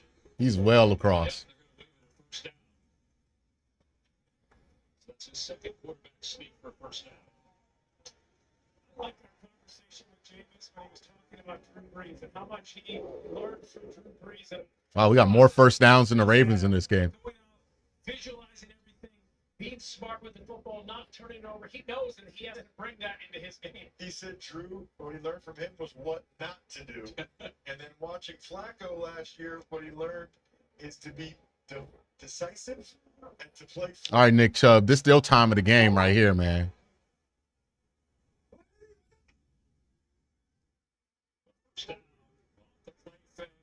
Ooh, good throw. Beautiful ball by Jameis in there. Just layers it right over top to Elijah Moore, man. Take some 2 yards out, puts the Jets back up 22-17. Less than 3 minutes to go in the game. That's a closer game. I think most people thought it would be as they look for their Their heart is beating hard right now. And here, the Browns up 3 with 1 win this year.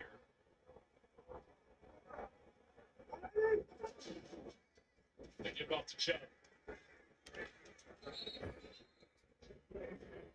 Chubb maybe gets 1 yard on that. All right, come on. 2nd and 10 here. 22. NFL Today update. I don't think they're going to do it, but when Jameis pulled that, Ravens or Coopless Browns receivers getting better?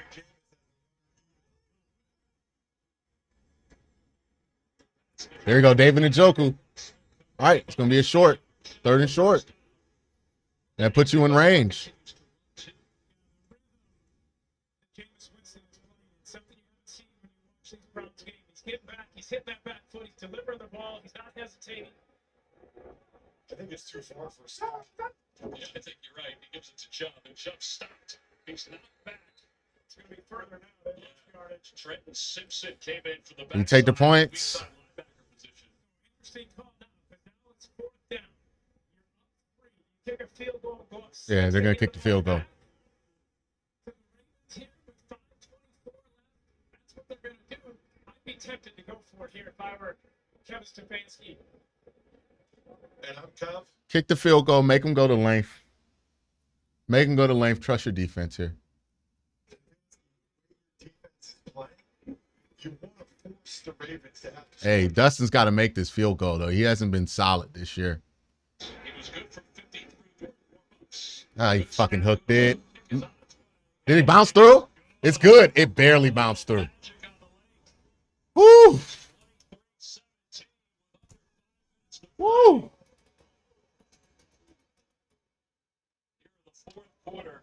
Browns have broken 20-plus points for the first time this season, man. Hey, the ball literally bounced your way. Get the ball now, down 6. A touchdown wins it. 4:55 left. That's a great shot. How many timeouts did the Browns have? I didn't know we had a camera right underneath. Just for that. Show the doink cam. Go to the doink cam. So 4:55 left to play. Plenty of time for Lamar Jackson. Down 6. And you do have somewhat of a battered Browns defense with these injuries. Ward, JOK. Well, there's plenty of time still to run the ball. You got Yes. he could break one at any point on any carry. Lamar can certainly run the ball without JOK in there, be aggressive himself, tucking it, going. They need to get some kind of rhythm. And more than anything, they need to make plays when they have the opportunities. They drop balls and haven't made the plays on either side of the ball when they have the opportunity. Hopkins kicks this one off. I'll kick it out of bounds. Okay. Deep in the end zone. Oh, good tackle.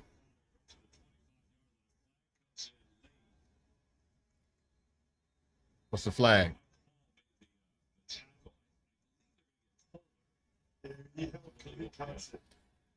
Let's go right up to the red. It's going to be 5 yards or 10 yards.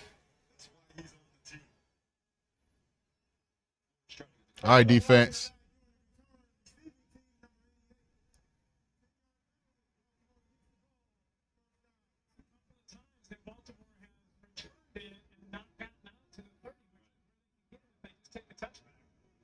Here's that drop by Bateman on the last drive.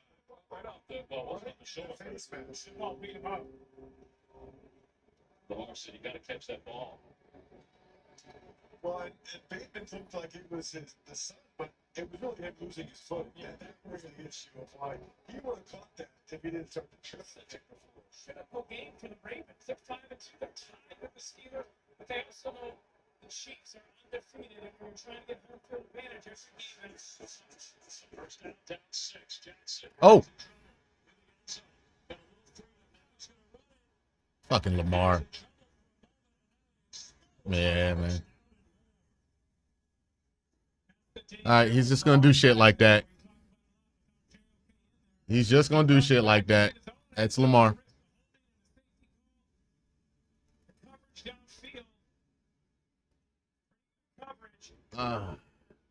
Look at the coverage here. I mean, he's nowhere really to go with that ball, but that's where the space was, right there, for Lamar to take off. And a good job not taking a hit and get down. But they've actually done a great job of keeping him in the pocket for the most part today.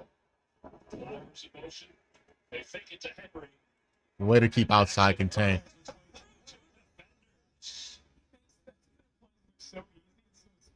All right.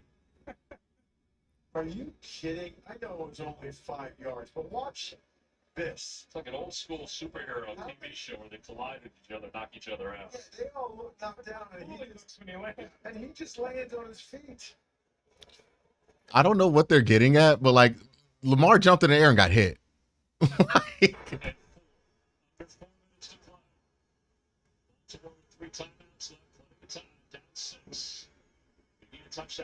Oh, inside pressure.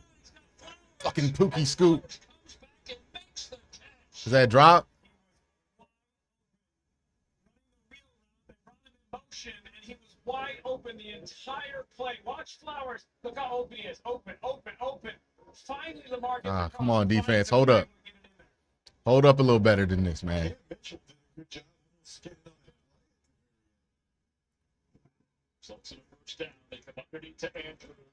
All right, come on. Got to get him behind the sticks here. Next set, get him behind the sticks here.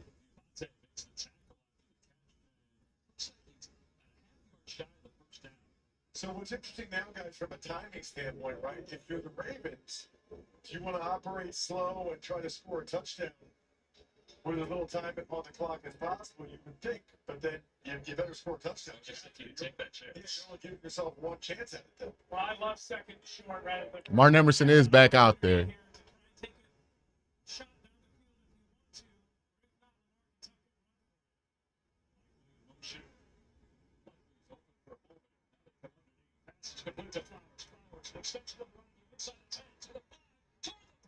Oh, did he fumble? Wait. Did he fumble that back? Where did that ball come out? Such a dimension with his speed. Nah.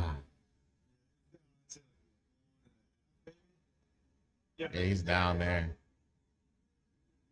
I thought he fumbled it out the end zone there. Coming across underneath, gets him the ball. Really good ball location, which allowed him to get all that extra yardage. We'd like to welcome the new audience joining us.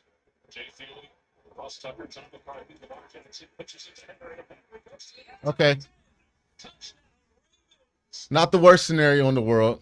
You only need a field goal to win. Derrick Henry with a 99th career touchdown, rushing touchdown, ties this game at 23. It's just that little pitch. Watch, you'll see Ricard 42. Yeah, the injuries. Look, your injuries at linebacker and in the secondary definitely showing themselves on that drive, right? Not having JOK definitely hurt you on that scramble. Not having Denzel obviously hurt you on that drive, right? So, you're just the defense has been making plays for this team to stay in the game all game. Now we need the offense to step up, make a couple plays here because they're a little bit healthier.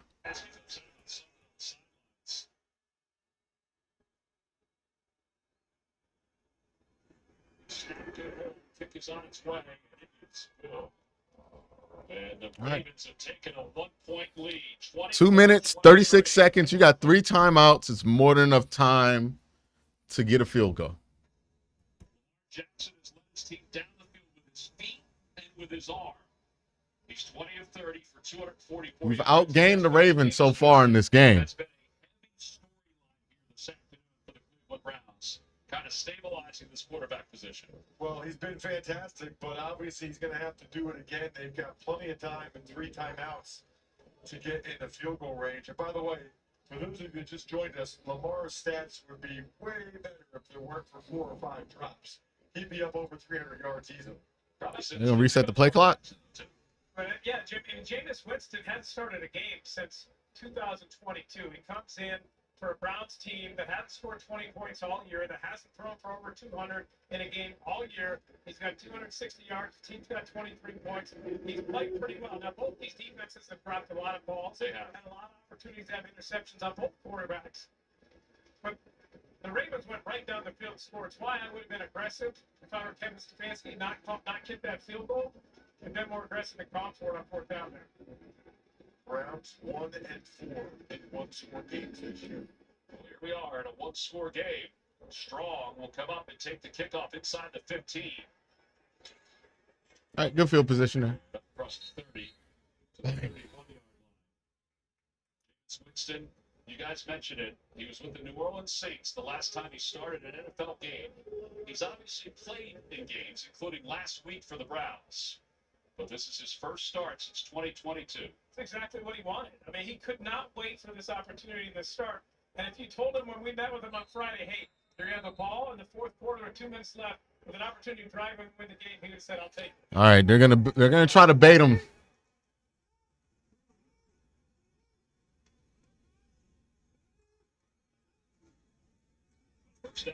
Go under. Good catch. Very impressive catch. Browns don't have Just want to get a couple of positive plays here. before the 2 minutes if they don't want to. If you want to run it, run it. And again, the last time for that was 2022 against the Falcons.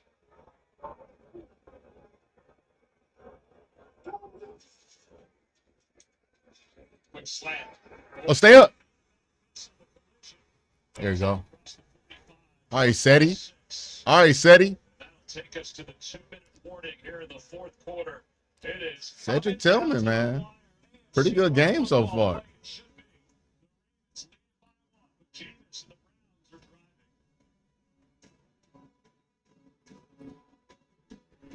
Protect against RSV with Arexvy.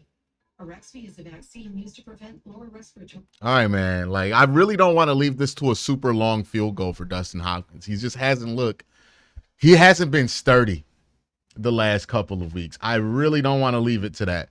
So if you're the Browns, try to get this as close as possible. I mean, I would love a touchdown, obviously. A touchdown and what? If you score a touchdown, that's 6. You would be up by 5. So an extra point would give you 6. You might as well go for 2.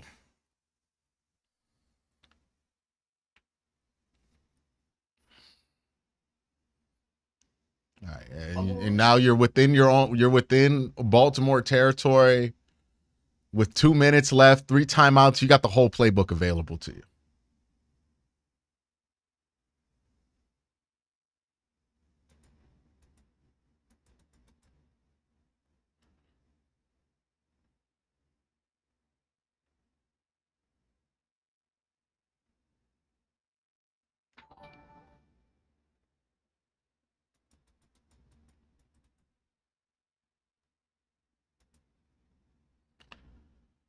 Whew. Y'all ready for this, man? Are your hands sweaty? Your hands sweaty?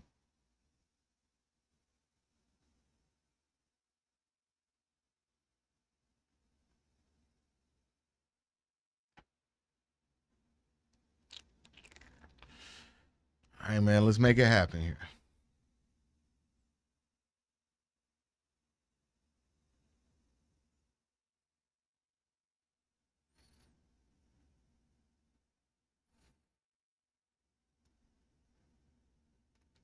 The NFL on CBS is sponsored by Burger King. And by State Farm. Like a good neighbor, State Farm is there. Welcome back to Huntington Backfield. Along with Jay Feely, Ross Tucker, Amanda Valley, Steve Saratoga, I'm Tom McCarthy. 1-point lead for the Ravens. 2 minutes to play. Browns with the football at the 45-yard line. Roquan Smith showing blitz. They throw to the outside. No penalty flags. Harper Davis was in on the coverage. Hopkins has made 3 field goals today. His long today was 48. Yeah, they really want to get to the 37-yard line and in. Really to the 30 would be where you start feeling pretty comfortable. Each team with 3 timeouts left. Winston from the gun. Got time. Got it.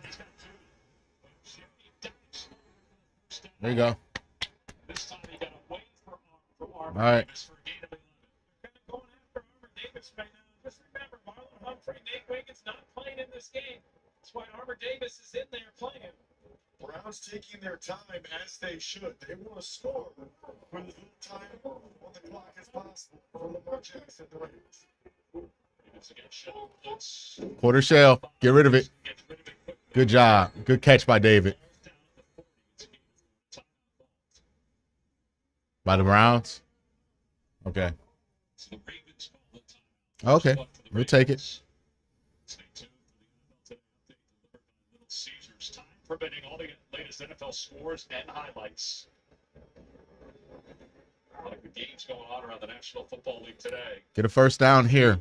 Have been as good as this one has been. So John Harbaugh knows that the Browns are already in Dustin Hopkins' field goal range, so he's trying to preserve as much time as possible, hoping they can at least stop the Browns from getting another first down. Be a 58-yard field goal. Go this way. There's not a lot of wind, but that's into the wind. It's an area that skips out of that shot. 58 was the long for the career Hopkins. It came last year. Winston gets rid of it quickly. Man, dangerous throw. Haven't seen a lot of pressure all day from the Ravens, but they brought pressure there. Forced Jameis to get rid of the ball. Yeah, it was successful. This is a big play right here. You don't want to have to kick a 58-yard field goal if you're Cleveland. I'm not sure if they would do that. They might go for it here if they don't get any yardage or they get backed up. I mean, you have 3 timeouts too. You could punt it down there, but big play here. Tough decision if you don't get yardage. So Ken Dorsey, he's been calling the plays today. First time. He's smart. Those responsibilities this week. This ball is going to David. Got it. Big time throw there, Jameis. Big time throw. Way to just see the pressure. We've been talking about this all season. You got to diagnose the pressure and then get rid of it quickly, right? The Browns begin to eat off pressure. That's a sack with other quarterbacks in there. Just see the pressure, diagnose it quickly, and throw it out. There we go.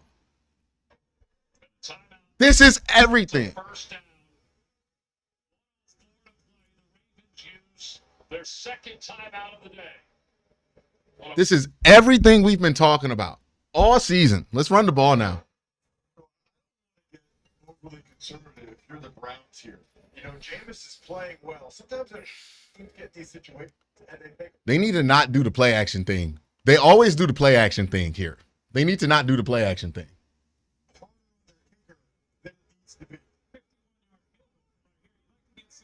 Come on, Nick Chubb. I can't believe that. All right. Sorry. Offense number 77. 5-yard penalty. That's Ryan Teller. It's the second penalty of the day. And that makes it even harder now. You can't be conservative in this spot. I was just going to say that, Tom. Now you can't be conservative. Now the Browns have to be aggressive again. Wouldn't be surprised if we see some type of play action pass here. First down and 15. They need to get to the 23 for a first down. Jay, what are you thinking? Inside the 35 at least for comfort for field goal attempts? 37, you're certainly going to be comfortable. He can make that, but 30 would be nice. Oh, he dropped it. Oh, my God. To the ground, I mean, that's a pat-and-go throw to Kyle Hamilton. He couldn't have an easier interception. Yeah, Hamilton just ran the route for him. Ooh, thank goodness he dropped that. Ooh. I can't believe Winston threw that bad of a pass, and that Hamilton, the all-pro safety, dropped it. Got a mulligan. Wow. You want to talk about heart rates going up and down? Second and 15, 104. Yeah, just run a draw here.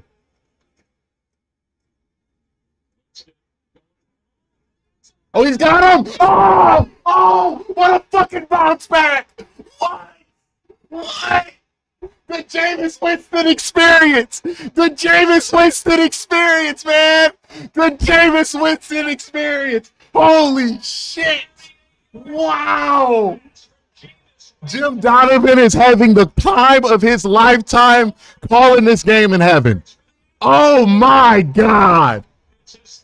Oh. Woo! They have been waiting all day to throw the post on that play. 59 seconds, one timeout. Baltimore's going to get the ball back. But you asked if they were going to be aggressive, Tom, and there was your answer. Holy shit. Scare bone in his body. Bunch formation to the bottom. Tillman to the top. Winston going for two. Winston throws on the run. They won't get it. All right. All right, defense. 1 minute. 1 minute. 59 seconds to play.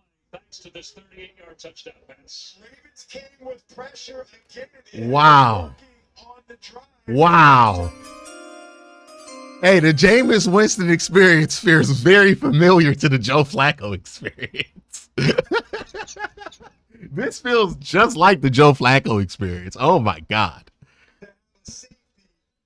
Oh, my God. Wow. Wow. Jackson has 59 seconds. This game is far.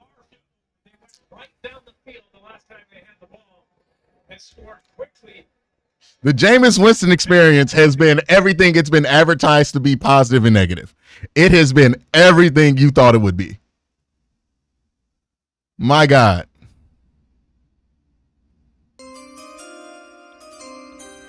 Woo! Want to win, but either way, I'm just happy to watch the Browns right now. All right, let's do it, man. It's funnest game of the season. Hey, defense needs 1 minute here. 1 minute against the best, one of the best quarterbacks in the NFL. It's tough. They need a touchdown. So 1 minute. Jackson has had an MVP kind of year. He's down 5 with 59 seconds left. Return that ball. They did a really good job of coverage. And the 59 seconds with one time could have a big impact on this game. Ravens need a touchdown, only one timeout. If you're the Browns, the corners should be playing outside leverage. Do not let them get out of bounds. Don't get beat deep, and don't let them get out to the sideline. You see Newsom doing exactly that right there. Justice into the backfield. Jackson's in the middle of the field. Pass is complete. We'll take that. First down to the 41, 51-50. They're going to spike it. Now. He pops up off the ground. And they spike it to save a timeout. Who got injured? That's as good first down plays you could have. To get the first down, to get up, to get a quick spot. Whew. Thank God for LASIK eye surgery. Man. Wow. Oh, my God. All right, man. 44 seconds, defense. 44 seconds. Pull off the upset of the week here.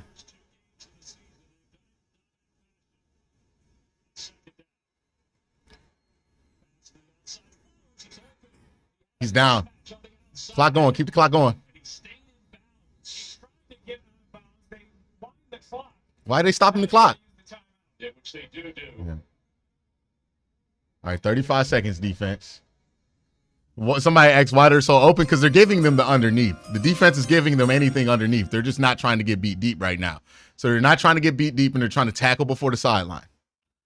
This damn team going to give me a heart attack at 30, dropped INT and touchdown, bomb the next play. I need life alert. Big chunks like that. The underneath defenders, second level defenders, they need to get more depth. You can let them have the stuff at the flat or the check down. All right, no timeouts for the rest of the game here for Baltimore. 35 seconds. 37 yards.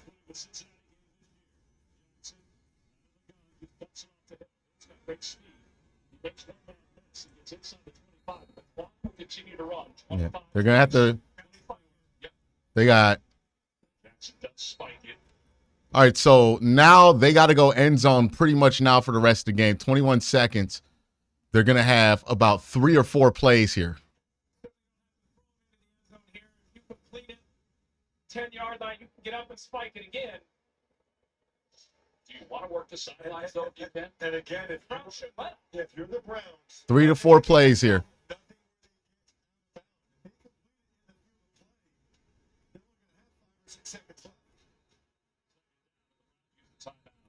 Kevin Stefanski used that time. I'm gonna use the restroom. Yeah, I'm gonna use the restroom.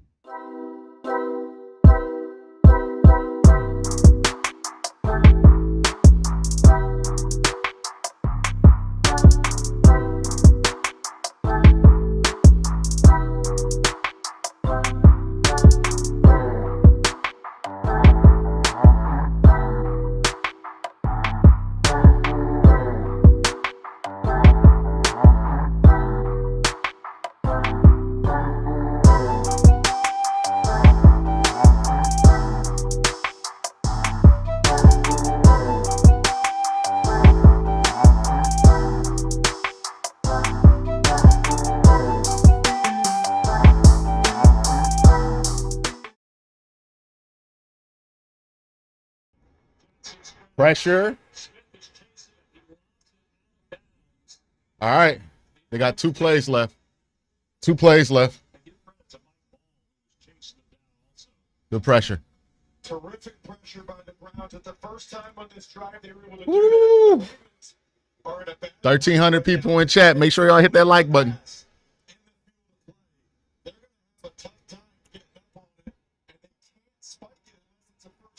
3rd and 10.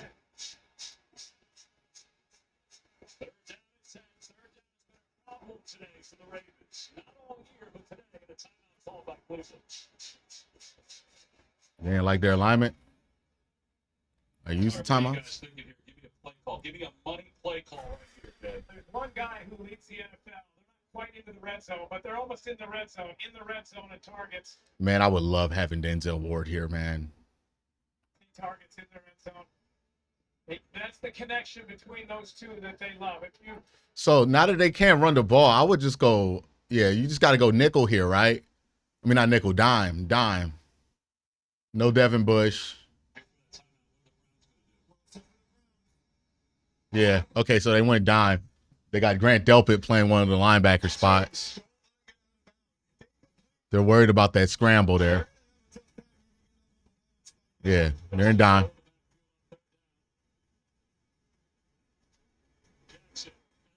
Oh, Myles Garrett with pressure. Oh, shit. Mark taking forever. Pick it up. Oh. All right, no penalty. 3 seconds. 1 play here. 3 seconds left. It's 4th 1 play here. Obviously, not good for the Ravens there, but that's not worst case scenario. It gives them another chance to at least throw the ball into the end zone. and if you're the Browns, rush 4 here and then drop 7. Yes. Everybody should be sitting around the 5-yard line. The picket fence. 4th down in the game. 3 seconds to play, and the Browns call timeout.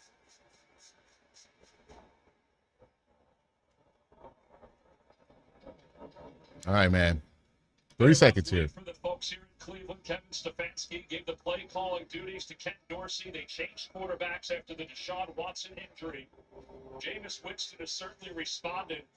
You can say the Browns offensively have responded today, but so have they defensively. I think sometimes teams get too conservative here, only rushing 3 and dropping 8, sometimes even rushing 2, dropping 9. I like the idea of No, rush 4. Always rush 4. Always rush 4. Yeah, always rush 4.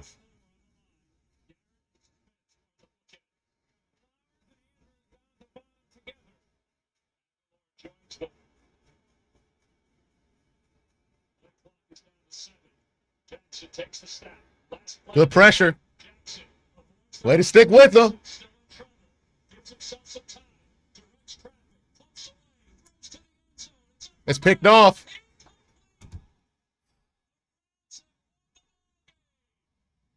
We win this fucking game.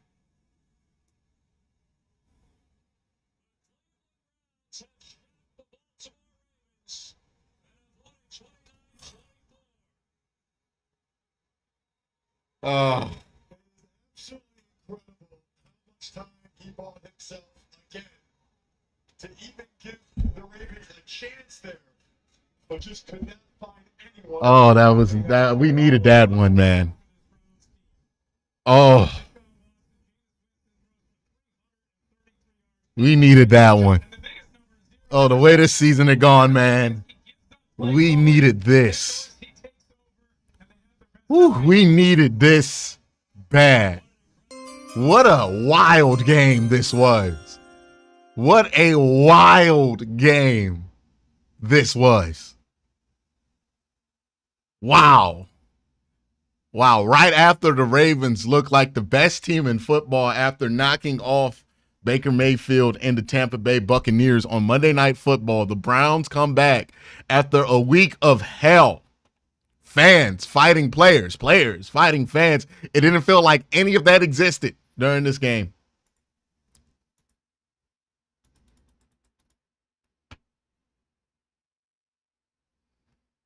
Wow.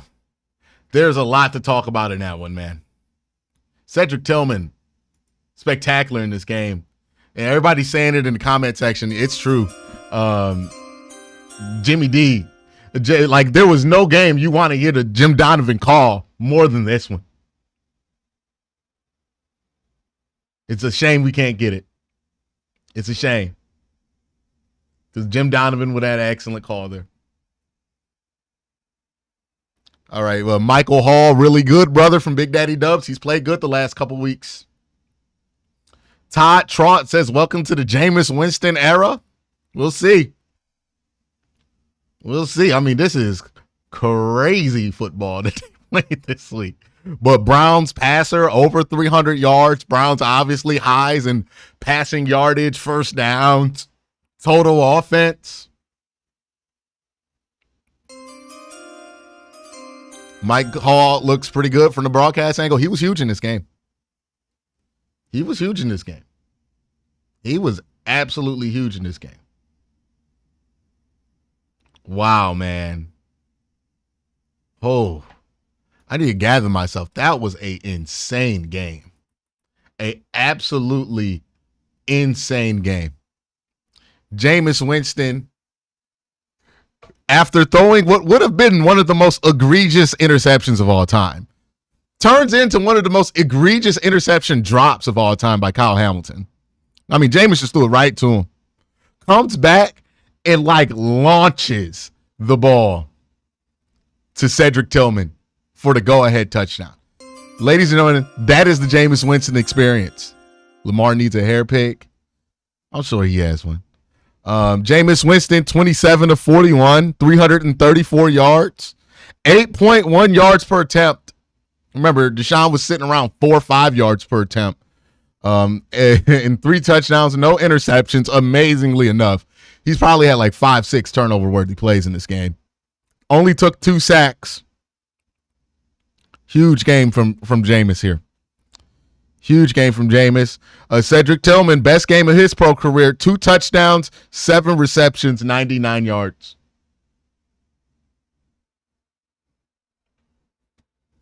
Hey, man, this was a tumultuous week, and I give credit to everybody in that building, everybody in that locker room for figuring it out, for figuring out what they needed to do to get right for this week. Food Loves You says, just caught the ending after my shift. Hype. Absolutely. Biggest upset of the week. Biggest upset of the week. Cleveland Browns winning here. Biggest upset of the week. Whew. What a game, man. What a statement they needed to make here. Right? A lot of people talking about what this season is and is not going to be. A lot of people arguing about what the offense is, who should be fired, who should not. I mean, I've said it all season. We know what the issues have been offensively. We don't need to pile on an injured player, but we know what the issues have been. Right? Go Browns from a Ravens fan. Yeah, absolutely. Thank you. Browns sustained a lot of injuries in this game. JOK carted off. Good news on that is that he is moving all of his body parts, so no worries about him being paralyzed. And that was the initial concern when you hear neck injury. So that's good there. Browns lost Denzel Ward, who's been the best corner in football, to a concussion. They overcame that. For the first time all season, the Cleveland Browns overcame. For the first time all season, the Browns played complimentary football. For the first time all season, the Browns looked like they had an NFL offense. Watching this game reminded me of what it was like to watch this team in 2021, 22. Not 2022, in 2024. 2023, my bad. Levi says, well, if you still don't think Watson is cooked, I don't know what to say. Yeah, man, I'm pretty sure there's not a ton of people who are going to argue that Watson was not at least a huge part of the problem, right? I mean, like, Jameis outperformed even Lamar Jackson in this game, right? More yards per attempt, more touchdowns. Jameis played a hell of a game. He came this close to playing an awful game at times, but he played a hell of a game. He wasn't afraid to take advantage of his opportunities in the middle of the field and down the field. And there have been opportunities there for these Browns quarterbacks to make, and we've been so scared to take advantage of them all season.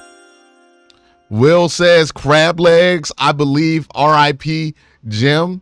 R.I.P. Jim Donovan, man. Again, I could not imagine a game where you wanted Jim Donovan to be on the call more than this one. Super Bowl, Super Browns. We doing the Super Bowl, Super Browns.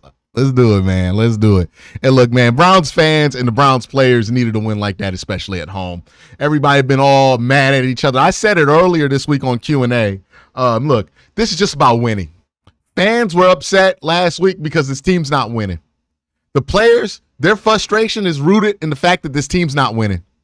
You win, things start to get a lot easier. It's all of a sudden it's easier to deal with different problems, man. O-line stepped up. I think some of it was the O-line played a little bit better today, but I'm going to be honest with you. I think that has to do with the switch at the quarterback position. We saw the same thing happen with Joe Flacco last year. Sly says, for $5, can't wait for you to cook Hamilton on AFC North Talk. Hey, man, Kyle, I can't believe you dropped that. Appreciate that one, bro. That was a crazy dropped interception. The only thing that would have made that better if it was Roquan that dropped it. But, that's just me being a hater. They needed this win, man. The city needed this win. I can't think of a team in a fan base that needed it. And look, we deserve it. I know a lot of things have been said about Browns fans by people who aren't Browns fans over the last few days. But Browns fans are amazing because what other 1-6 team shows up with their fans creating a home field advantage like that when they're already counted out before the game? CTG says Browns are the Ravens kryptonite. Jim Donovan. Hey, man. What a game, man. What a way to show up for this team here. They showed up right here. Someone said roll to 11-6 starts now. See, that's why we Browns fans. We love it. We love it.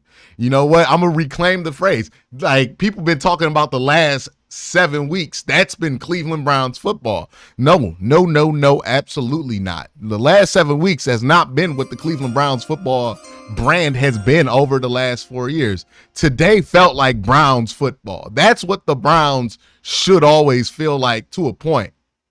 Max Al Dojo says, for Jimmy, RIP brother, go Browns. Absolutely. Absolutely. Absolutely. I can't believe somebody just said that they need to fire Stefanski after that game. Are you kidding me? Are you kidding me?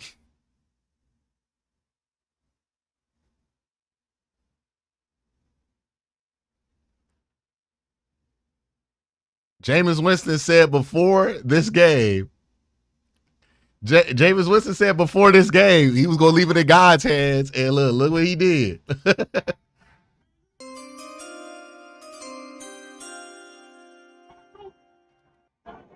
It's funny because this wasn't really that fluky. Both sides had mistakes. However, it was evident who was the better team.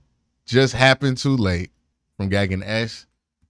Hey, look, the Browns had opportunities that they didn't capitalize on. So did the Ravens. The Browns just capitalized on more of those opportunities today. Look, this like, tell me this isn't like a world of difference from what they were the first 6 weeks of the season. First 7 weeks of the season, I watched this team find every way to collapse. Like, any little minimal thing went wrong. You get a false start, something like that. It just would be grounds for collapse if everything wasn't perfect. And sometimes things would be perfect and the team would still collapse. That has been what this team has been for the first 7 weeks of the season. This week, you get the ultimate thing that could have went wrong, which is Kyle Hamilton gets an interception right to his chest. It just doesn't go his way. And then right after that, bounce back, make a big-ass play, man. Look, for all the mistakes that Jameis made in this game, the fumble, the near interception, you got to give it to him for having the mental toughness to go back out there and deliver some of his best stuff right after, right? He fumbles the ball before half. He goes to the locker room. He's telling everybody, that's on me. That's on me. What does he do to come out in the second half? He goes right down the field in 6 plays and scores a touchdown, best throw of the game. 4 wide receivers over 60 yards. It's awesome. Jameis going to give you an opportunity to make plays. That's for everybody, right? I said this in my breakdown of Jameis. Jameis going to give everybody on that field, all 22 of those players are going to have an opportunity to make a play. It's going to be a question of, can you make the play? And the Browns made the plays today.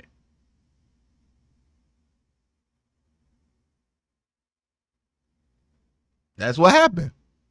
Browns made the play. Look, this team looks different when they get good quarterback play. It's unfortunate that we played with such bad quarterback play to start the year and stuck with it for as long as we did and said things like that quarterback gives us the best chance to win.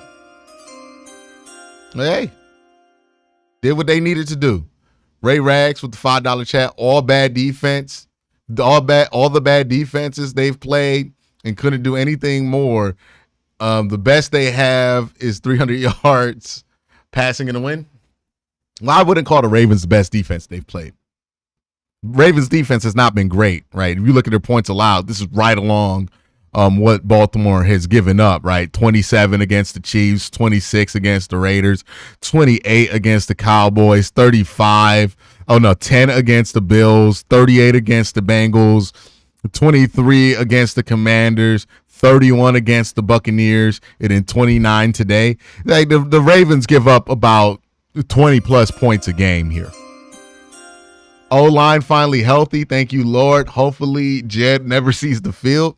I think a huge part of this, and look, I'm interested to see what it looks like in the film breakdown. I think a huge part of that offensive line performance is that we're not breaking the pocket as much with Jameis. We're not rolling out and blowing our tackle depths. Jameis is much more compact in the pocket with his feet, so he's not covering as much ground, which is making the tackles' lives harder. I think Dewan seems to have put out a good performance there at left tackle. I really want to look at the tape on that before I say anything definitive there. But just how you play quarterback definitely affects what your protection looks like, right? We saw this with Joe Flacco, 2 backup tackles in there. We didn't worry about it when he was in there because he got rid of the ball quick and he was mindful of where he was in the pocket. The same is true with Jameis. We looked at his film. He's really maneuverable in the pocket, and he showed that today. Jeffrey with the $10 super chat. Yahoo, I agree. Hey, Jameis literally... CTG with the great super chat says Jameis literally left that interception in God's hands. That's a great one. Tweet that one out. I'll retweet it. I don't want to even steal it from you. Like that's a good one. You should get credit for that. Wow.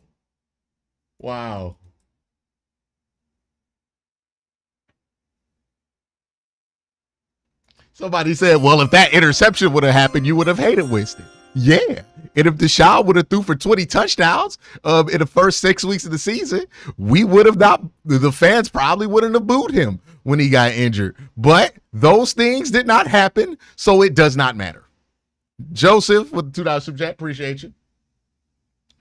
Somebody said, what about Kevin giving up the play calling? I don't know if that made as big as a difference in the outcome. Like, the Browns offense looked the same. They looked like they were running the same plays that they run. Usually when they run the plays that they run. The only thing is I didn't see them run the mesh with the ball route over it much this game.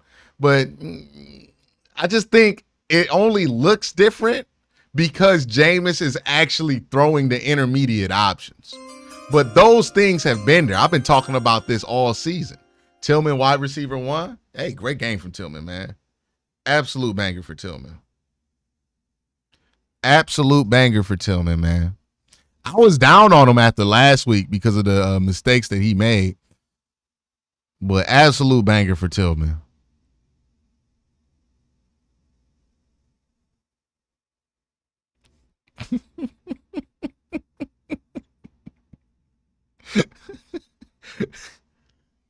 Absolute banger. All right, man. Let's get into the recap. Let's get into the recap, man. Hey, by the way, does that look like a team that already hates Jameis Winston? Remember that report from Bo Bishop? Right? The team's already out on Jameis. They already hate Jameis. I feel like those reports were overblown. And I said that in the Q&A on Saturday? Felt like those reports were overblown. I feel like that was right.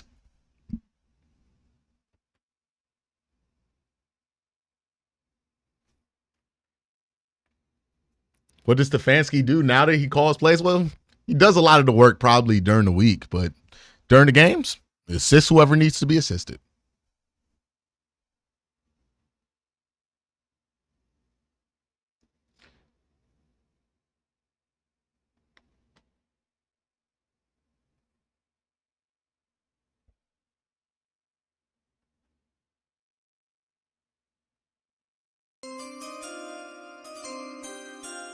Another one. This is a good fucking team.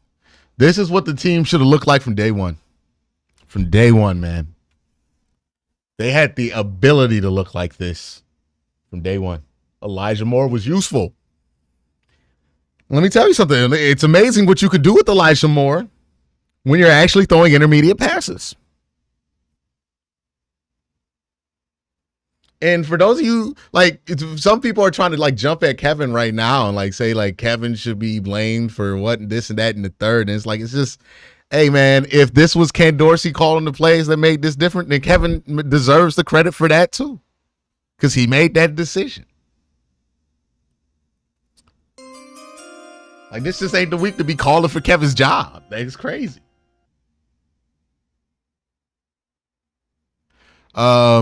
People still defending Watson, man, crazy, but go Browns. Love the show. Look, there's always going to be people who defend something. You search deep enough on the internet, you'll find anybody willing to defend anything. They just confirmed that Denzel Ward has a concussion. It's super unfortunate.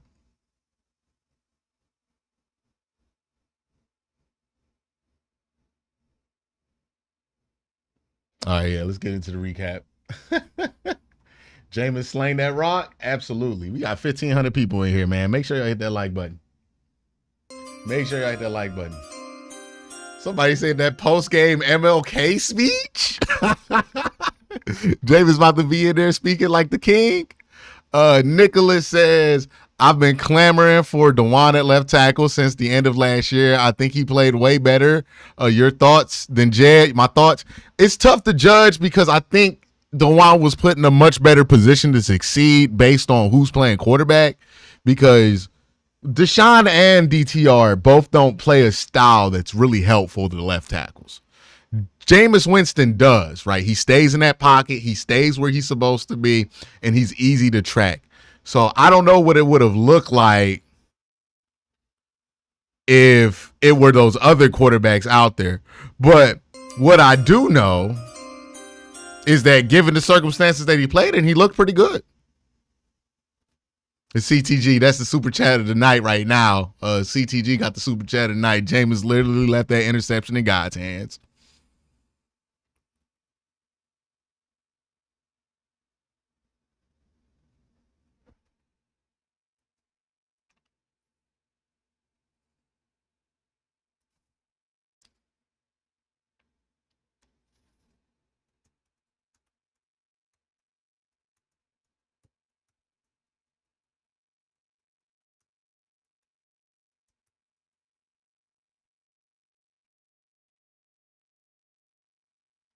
Price of the brick going up.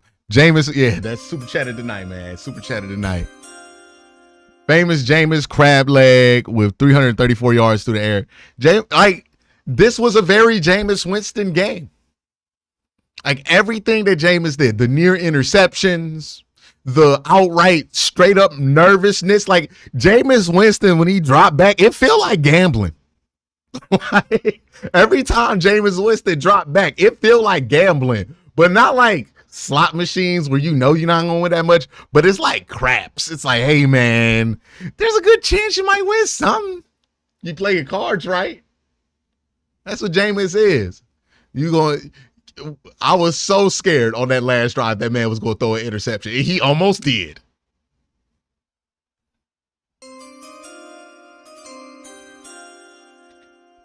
I know I'm not the first to say it, but this was for Jim Donovan all the way. May the legend rest in peace. Man, again, I know I've said this a million times. Could not think of a game more that I need to hear the Jim Donovan call for. And I know that the good people in heaven got to hear Jim Donovan call an amazing game today.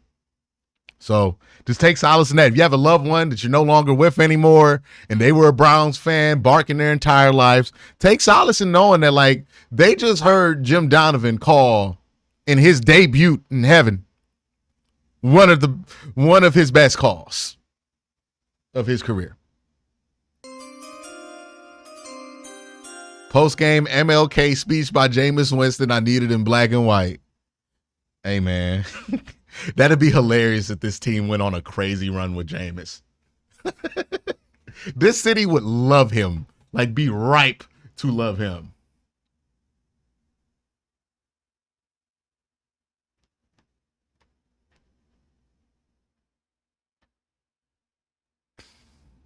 And look, Andrew Siciliano and Nathan Zagura, I'm sure they did an excellent job. I'm looking forward to hearing their call and the new legacy that they're going to build there in the Cleveland Browns radio room. But we all know when that touchdown touched the hands of Cedric Tillman, we know we wanted to hear what Jim Donovan would have said in that moment, man. Pending review, Jameis with a 86 PFF grade, perfectly balanced with 3 big-time throws and turnover-worthy plays. Just as it was foretold. Look, the thing about this is we can sit here and say Jameis played an excellent game. This is just who Jameis is. He was more fortunate this game than he usually is. I think that's the case. But, like, the good throws that you saw from Jameis, that's not abnormal for Jameis. He's going to make throws like that. Now, the questionable interceptions, that's going to happen. He's got to deal with it. Right? It's a lesson I learned from being overly critical of the Joe Flacco interceptions last year, right? Because I was heavy on criticizing that. But now I'm like, oh, you can move the ball. I guess it don't matter, and you're in that situation. Matt says Jones said more. The list of standouts is very impressive. Q, don't let them move the goalposts on Kevin and AB. They'll try. Hey, man, the Browns just got to keep winning games and just see where it takes them, right?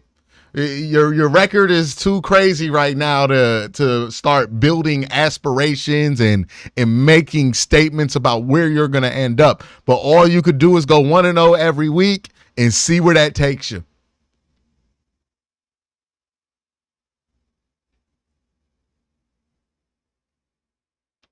Just go 1-0 every week. Yeah, and then, like, the thing I love about Jameis's game, especially for somebody who's going to be an extended stay backup, is he gives guys chances to win. right? Jameis gonna give you a chance to make a play. If you're the David Njoku, you should be excited by that because you get those opportunities to play and make those plays. Cedric Tillman, you're gonna get an opportunity to make plays. Are you about it? And he was about it this week. Jerry Jeudy, he's gonna give you a chance to succeed. Steve French says with the $5 super chat, Donovan was lobbying God on that INT Jameis left in God's hand. Maybe Jim Donovan, like angels in the outfield, just came down and just tickled Kyle Hamilton or something to make him drop that ball. Maybe that was Jim. I like that. I like that idea that Jim flew down and just smacked that ball out of Kyle Hamilton's hands. And look, I'm going to tell y'all right now, it's going to be easy to fall into this trap. You're going to see Jameis make some of these throws and think to yourself, if we could just coach the interceptions out of him. I'm just going to tell you right now, that man is who he is, for better or worse. You can't change him. You just got to ride with what it is, right? If you're going in there, and I think that's part of why they changed the play caller, right? Because Kevin does not love that from a quarterback. He loves guys who are going to take care of the football. And I think he went with Ken Dorsey as the play caller because Ken Dorsey understands that. He understands the psyche of a guy like Jameis Winston, and he deserves a lot of credit for making that call. I've talked about it this week. Everybody wanted to make a conspiracy theory about Kevin giving up the book and if that was about, him about to be fired or something like that. And I made the point all week. This was about the philosophy of Jameis Winston and the fact that you had a bunch of pre-snap penalties. And it looks like that was the right decision. And credit Kevin for making the choice. Also hope Kevin Stefanski can rein Jameis in with time. I love the pairing a lot, keeping him in the system until you get a guy. Guess we will see. Yeah, again, with Jameis, you're going to have to play Jameis ball. He's going to throw some interceptions. He's going to have a 3-interception game if he plays long enough. Like, that's just going to happen. The thing about Jameis is if you just expect that, you can live with it. You just got to understand, ain't no changing him. Wade says the sunlight was divine intervention on multiple occasions. It's crazy. It's crazy. It's crazy.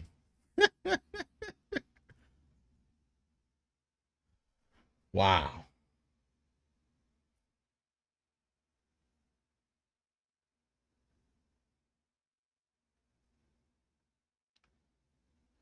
Nah, somebody said what? Jameis only had one season of high picks? I don't think that's true. He only had one season where he led the league in interceptions. Winston going to take them shots, interception night. He's going to give everybody a chance to win. Right? And sometimes that means a defensive back or two. But he's not afraid to throw an interception. And you know what? Like, I give Jameis a lot of credit for being mentally tough enough to know, hey, I might throw an interception, but I'm going to come right back. That's something I worry about with DTR, where, like, he threw that interception, he didn't bounce back from it. With Jameis, the two biggest mistakes he made all game, right after it, made the best throws he made all game. Can't make that shit up. That's just Jameis has the mental fortitude to be able to play like that. And I respect it.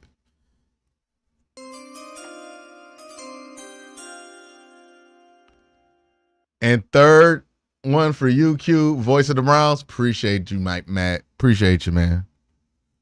Appreciate the praise there.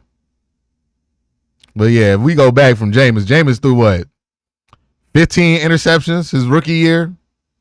Yeah, Jameis was always throwing interceptions, man. Like, I don't know where he got that one from. Jameis threw 18 his second year. Jameis always been throwing interceptions. But that's just how he is, man. You can't go in there expecting him to be different. It's just how you just have to know that. If you're the defense, you have to know, hey, we're going to have some quick turnarounds. He's going to turn the ball over, but we just got to play defense. Same thing they did with Joe Flacco. They knew Joe Flacco was going to turn that ball over every once in a while, but knowing it was going to happen made them prepare for when it did, and they were able to play defense in those moments. Would I love for Jameis Winston to do everything good that he does and not throw the interceptions? Yes. But if Jameis Winston were that accurate, he'd be the best quarterback in the NFL. Well, one of the best quarterbacks in the NFL. The reason he's able to be on your team for $8 million is because he's going to throw them interceptions every once in a while. Is what it is. But obviously, even that was better than what the Browns had starting at quarterback.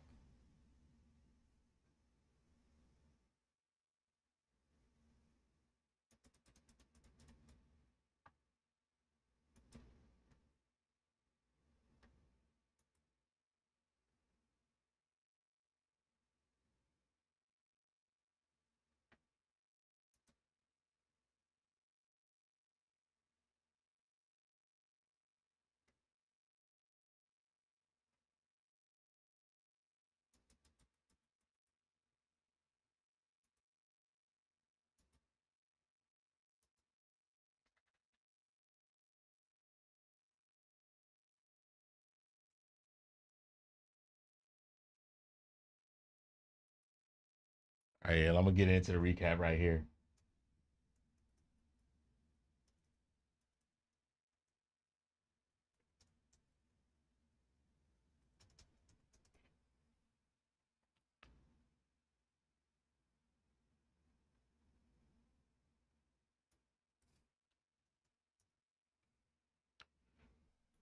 Whew. Let's get into the recap.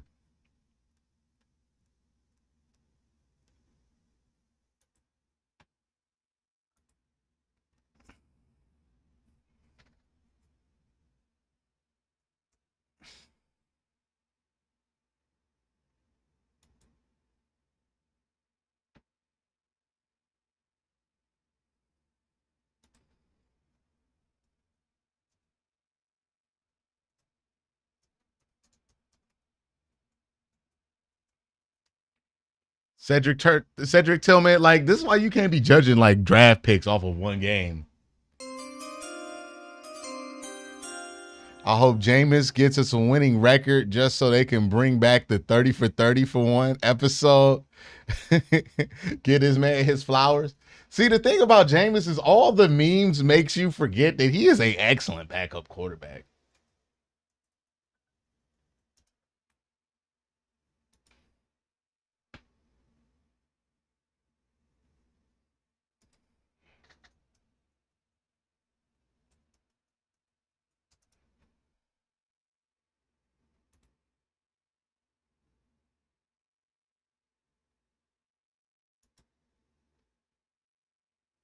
All right. All right, let's get into the recap, man. And then I'll finish out this stream.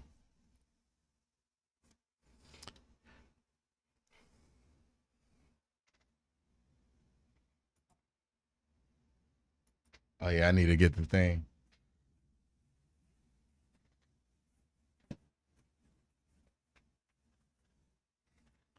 ROC.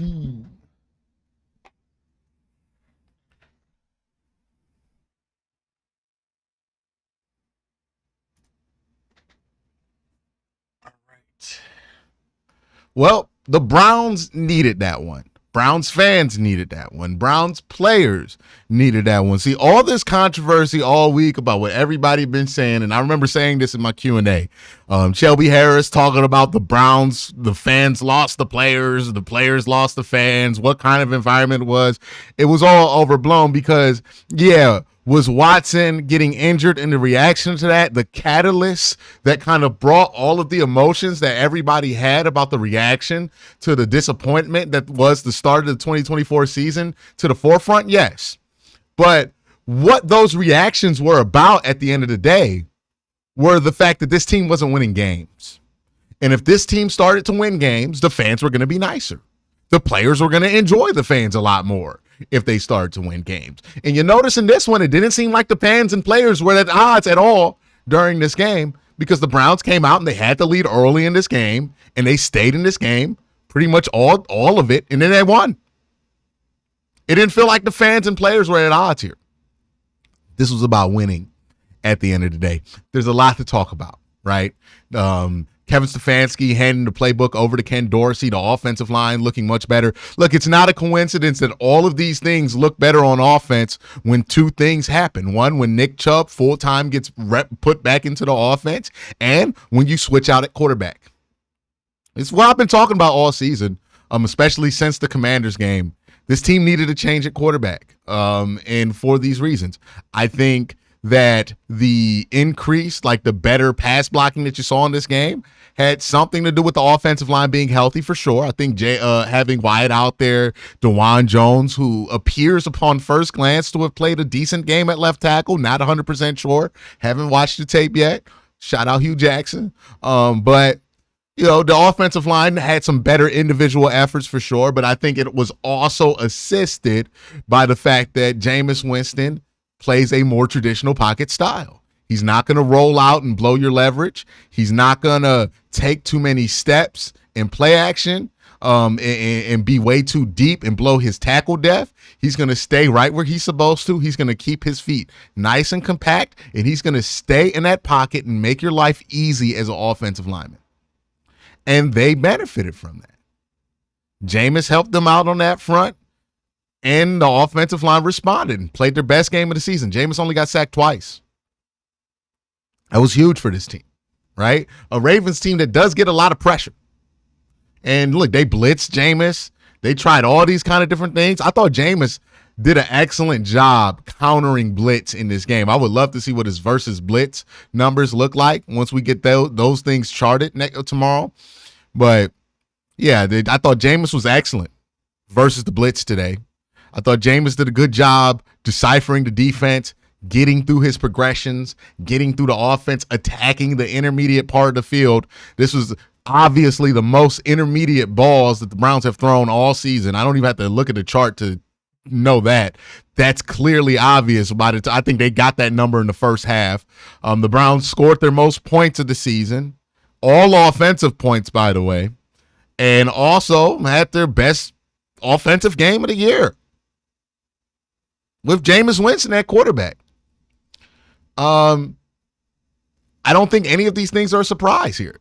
Now, Ken Dorsey being the play caller, I think people got the wrong read on why this happened, right? Because a lot of people were confused on why this happened. I wasn't as confused once I thought about it. The reason I wasn't as confused about the play call change up was I was thinking about different things than other people were, right? I think people immediately heard Kevin Stefanski gives up the play calling and were worried or excited that this meant that Kevin Stefanski was going to be forced out as the head coach of the Cleveland Browns.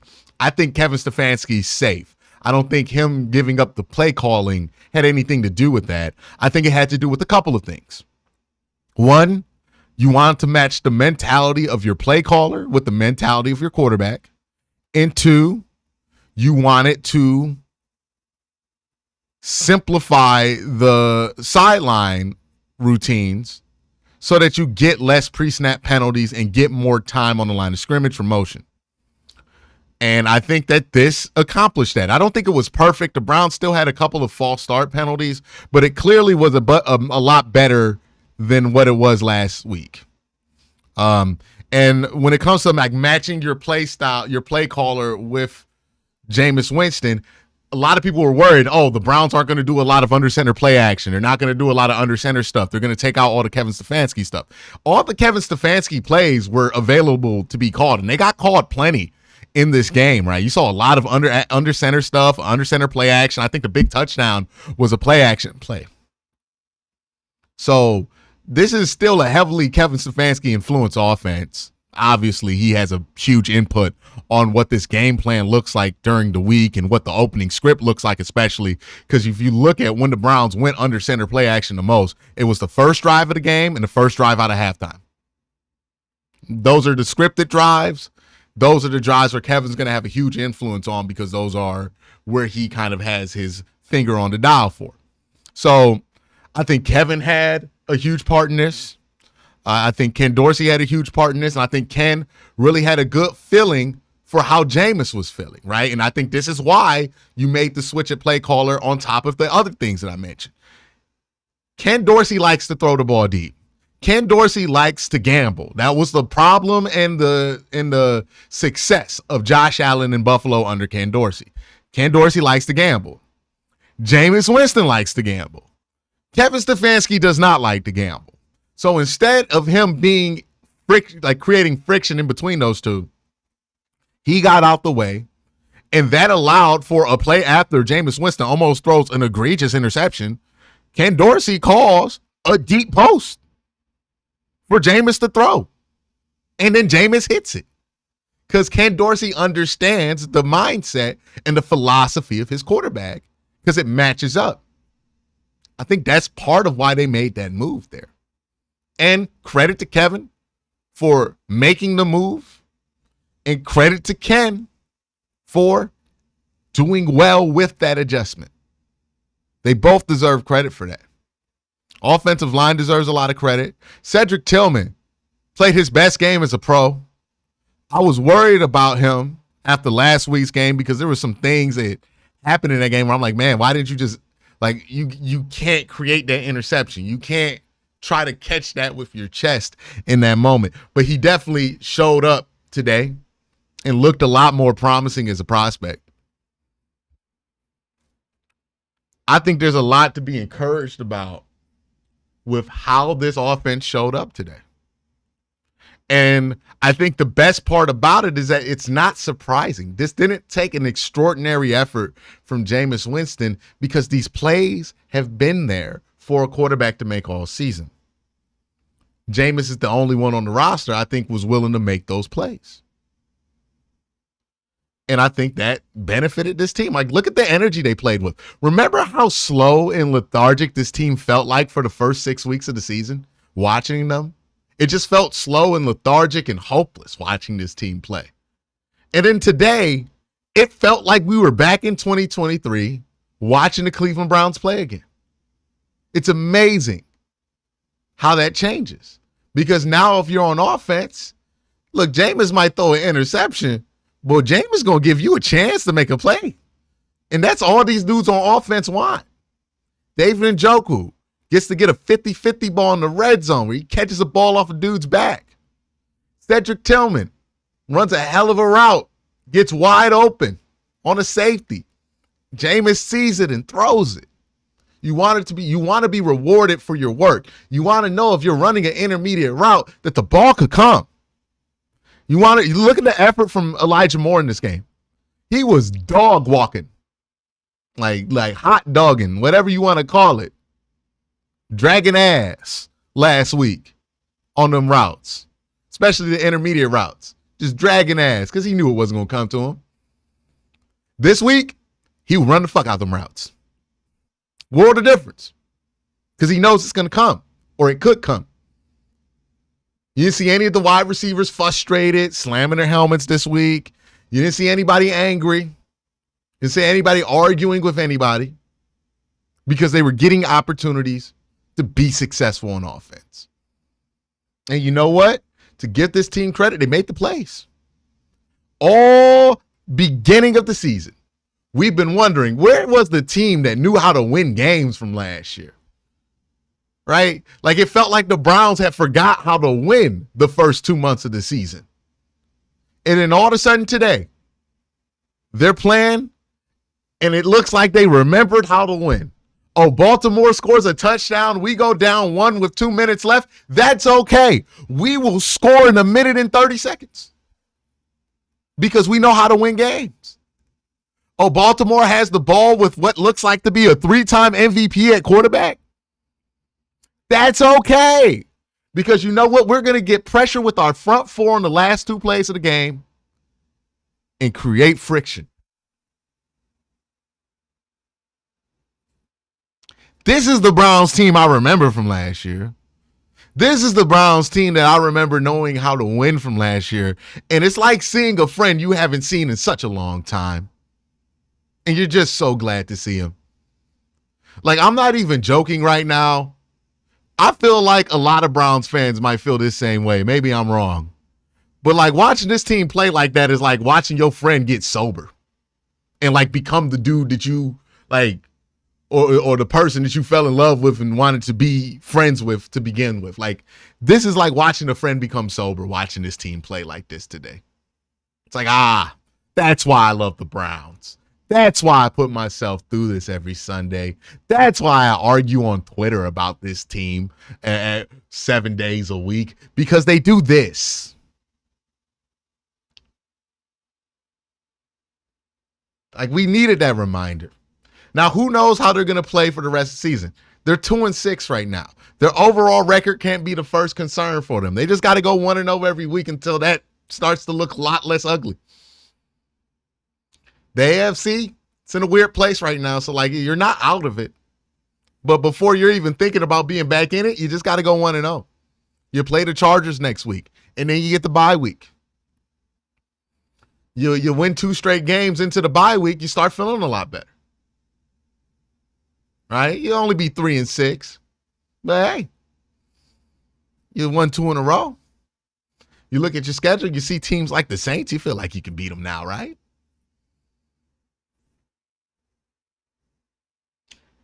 This game gives you hope again. And it's not just hope that the Browns can live up to their preseason expectations. That's just not going to happen this year. A lot of that predicated on Deshaun Watson being a franchise quarterback, and it's obvious that that's not going to be the case.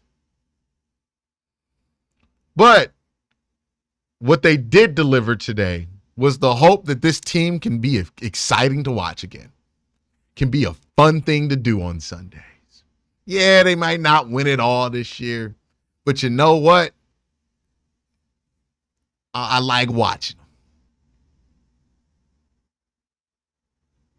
Somebody said right here they felt like watching a completely different team. Yeah. But it wasn't an unfamiliar team. This is what they used to look like in 2023 with all the quarterbacks in there. Yeah, you make a mistake here, you turn the ball over, it's okay. The defense going to get that stop. We're going to get that ball back for you. The defense gives up the touchdown. That's okay. Jameis coming right back down the field. We getting those points back. It felt great to know that no matter what the deficit was, I felt like the Browns could win this game. That when the Ravens got to, 17 points, the game wasn't over. Because I was like, nah, this team's going to get over 20 points today. This is what we've been waiting all season for. Now, it's come late, but better late than never to me. And now that it's here, it's talking about just taking it a week at a time. But this is exactly what you needed.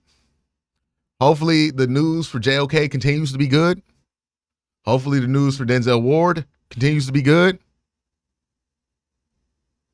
But yeah, Browns needed this one, and they needed it bad.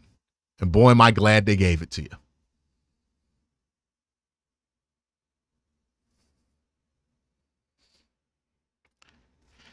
Jameis Winston on Hard Knocks going to be crazy. Q, am I wrong for saying this looked like Kevin Stefanski's offense? No, you're not. This is like still Kevin Stefanski's offense. It's just Ken Dorsey calling the plays within that offense.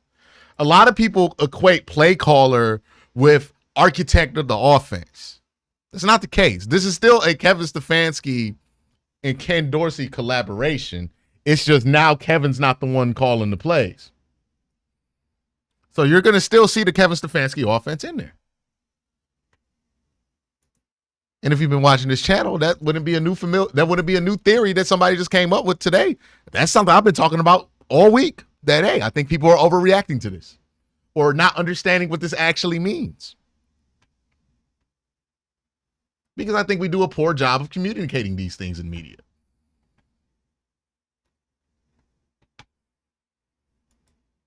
I'm going to try to get to the super chats here. And let me try to get to the super chats here because I know I missed a few while I was recording for Maine.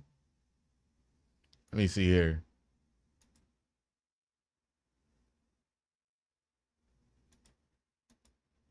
Yeah, like if nothing else, today showed you that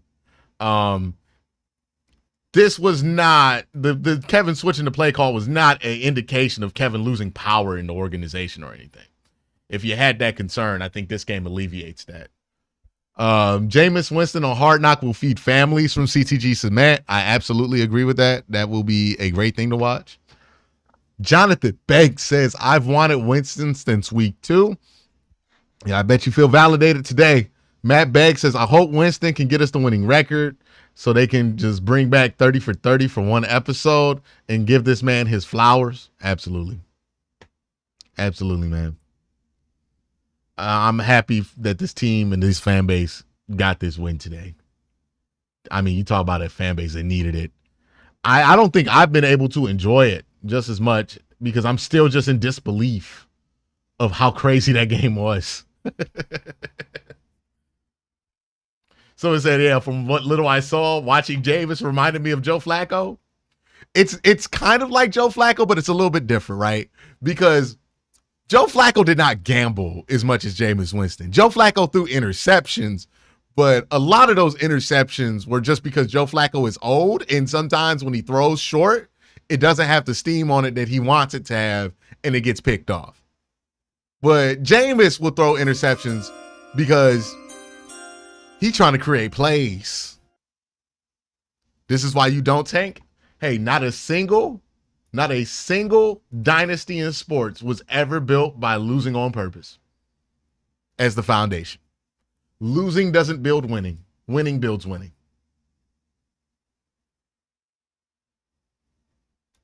Winning builds winning. That's absolutely right.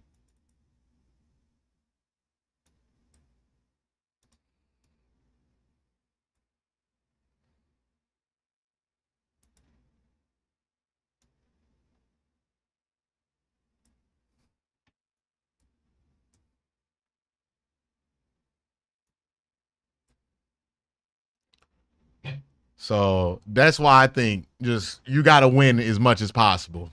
And then whatever draft resources you get from winning, you got to do what you can do to make that the best possible situation for your team. The Kansas City Chiefs didn't draft Pat Mahomes because they were tanking. They drafted Pat Mahomes while they were trying to still actively be a playoff team. They're actually criticized for it. So you become a great team. You become a winning franchise by winning games. It's the only way around it. I think tanking is a shortcut, and it's a shortcut that's proven itself to not work. Got to just try to win as much as possible. Got to just try to win as much as possible. Shout out to D-Hop, too, for coming back for a strong game after having a pretty bad week, too, as well. It flew under the radar, but, you know, he came back tough.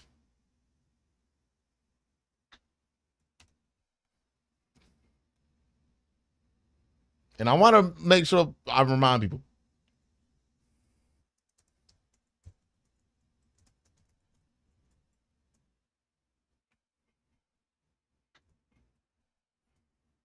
This is it week 8?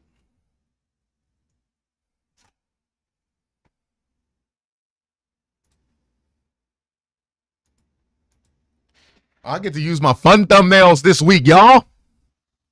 I've been so restricted on my thumbnail uses. I've only been able to use negative thumbnails for like 2 months. This was an excellent performance, man. Love this, man.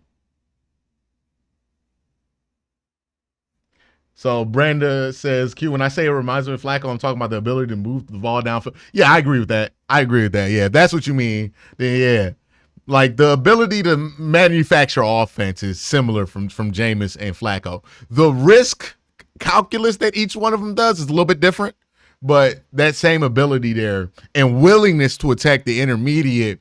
And like the fact that both Flacco and Jameis are veterans and they're able to work through their progressions pretty seamlessly is another thing that I think the team benefits from.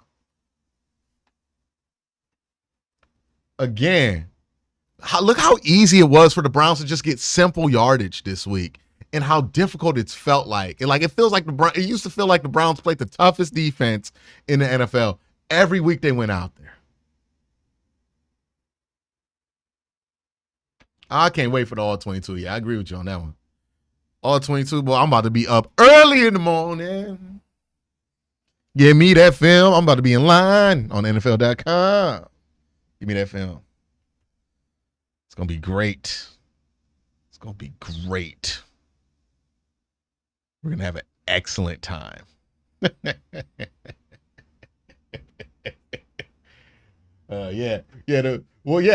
Yeah. I think the main similarity is that they both don't have fear.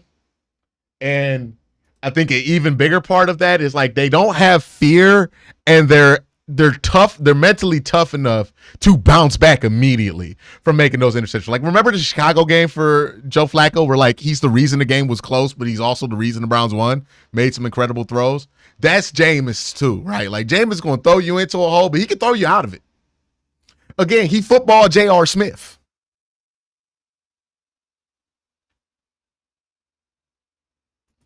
Because sometimes Jameis can be as accurate as any quarterback in the league. And other times, Jameis ain't going to be accurate. And that's when them interceptions come.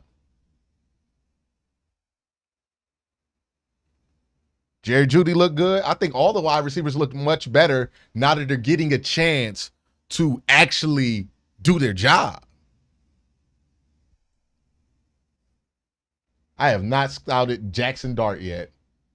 I am not that deep into the look. I'm waiting to get a in-person look at Cam Ward. That's next on my docket.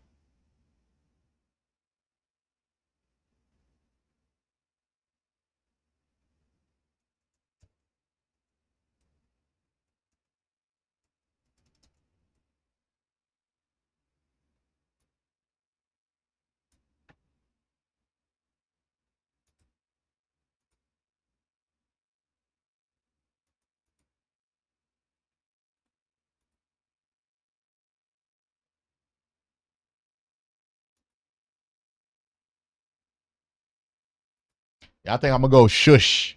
I'm gonna go shush, and then let me find a good picture of Jameis for this thumbnail. We about to cook something up right now. Jameis is definitely a slinger, man. Gunslinger for sure. But Pat looked bad this year. I don't know what it is. It's been a little while he's not looked great.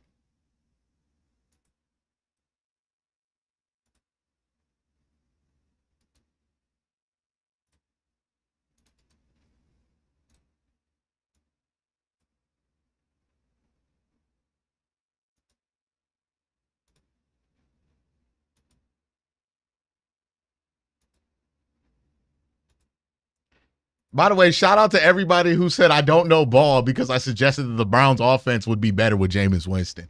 I would love if those people would come up and defend themselves right now. You know, where are the folks that said I didn't know ball when I was looking at the all 22, pointing out all this shit that we saw today?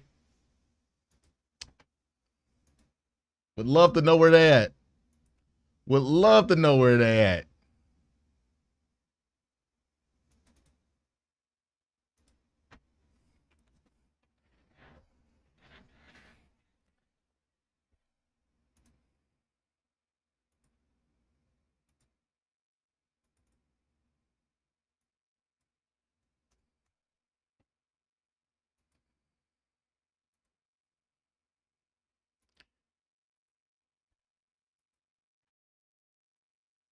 But hey, I'm just happy the Browns won today, man. That's all it's about.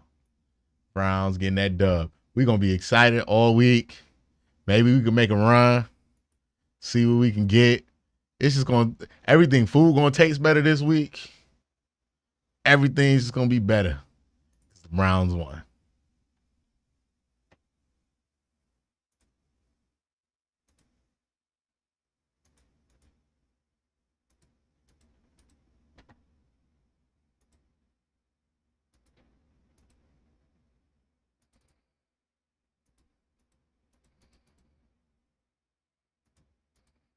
But all right, y'all. We've had a hell of a time. We've had a hell of a time watching this game. I'm kind of upset I couldn't make it for the whole one, but it is what it is. Jim Donovan gets to call this one up there in heaven. Maybe even help the Browns win today. I like to think so. But what a fantastic day and what a fantastic game to put in the memory books and associate always with Jim Donovan. We got to call this one the Jim Donovan game going forward. Because this is the kind of game Jim Donovan gets to be remembered with. And it's fitting. So for all the Browns fans who have watched As you know, there's going to be more coverage on this channel after this live stream.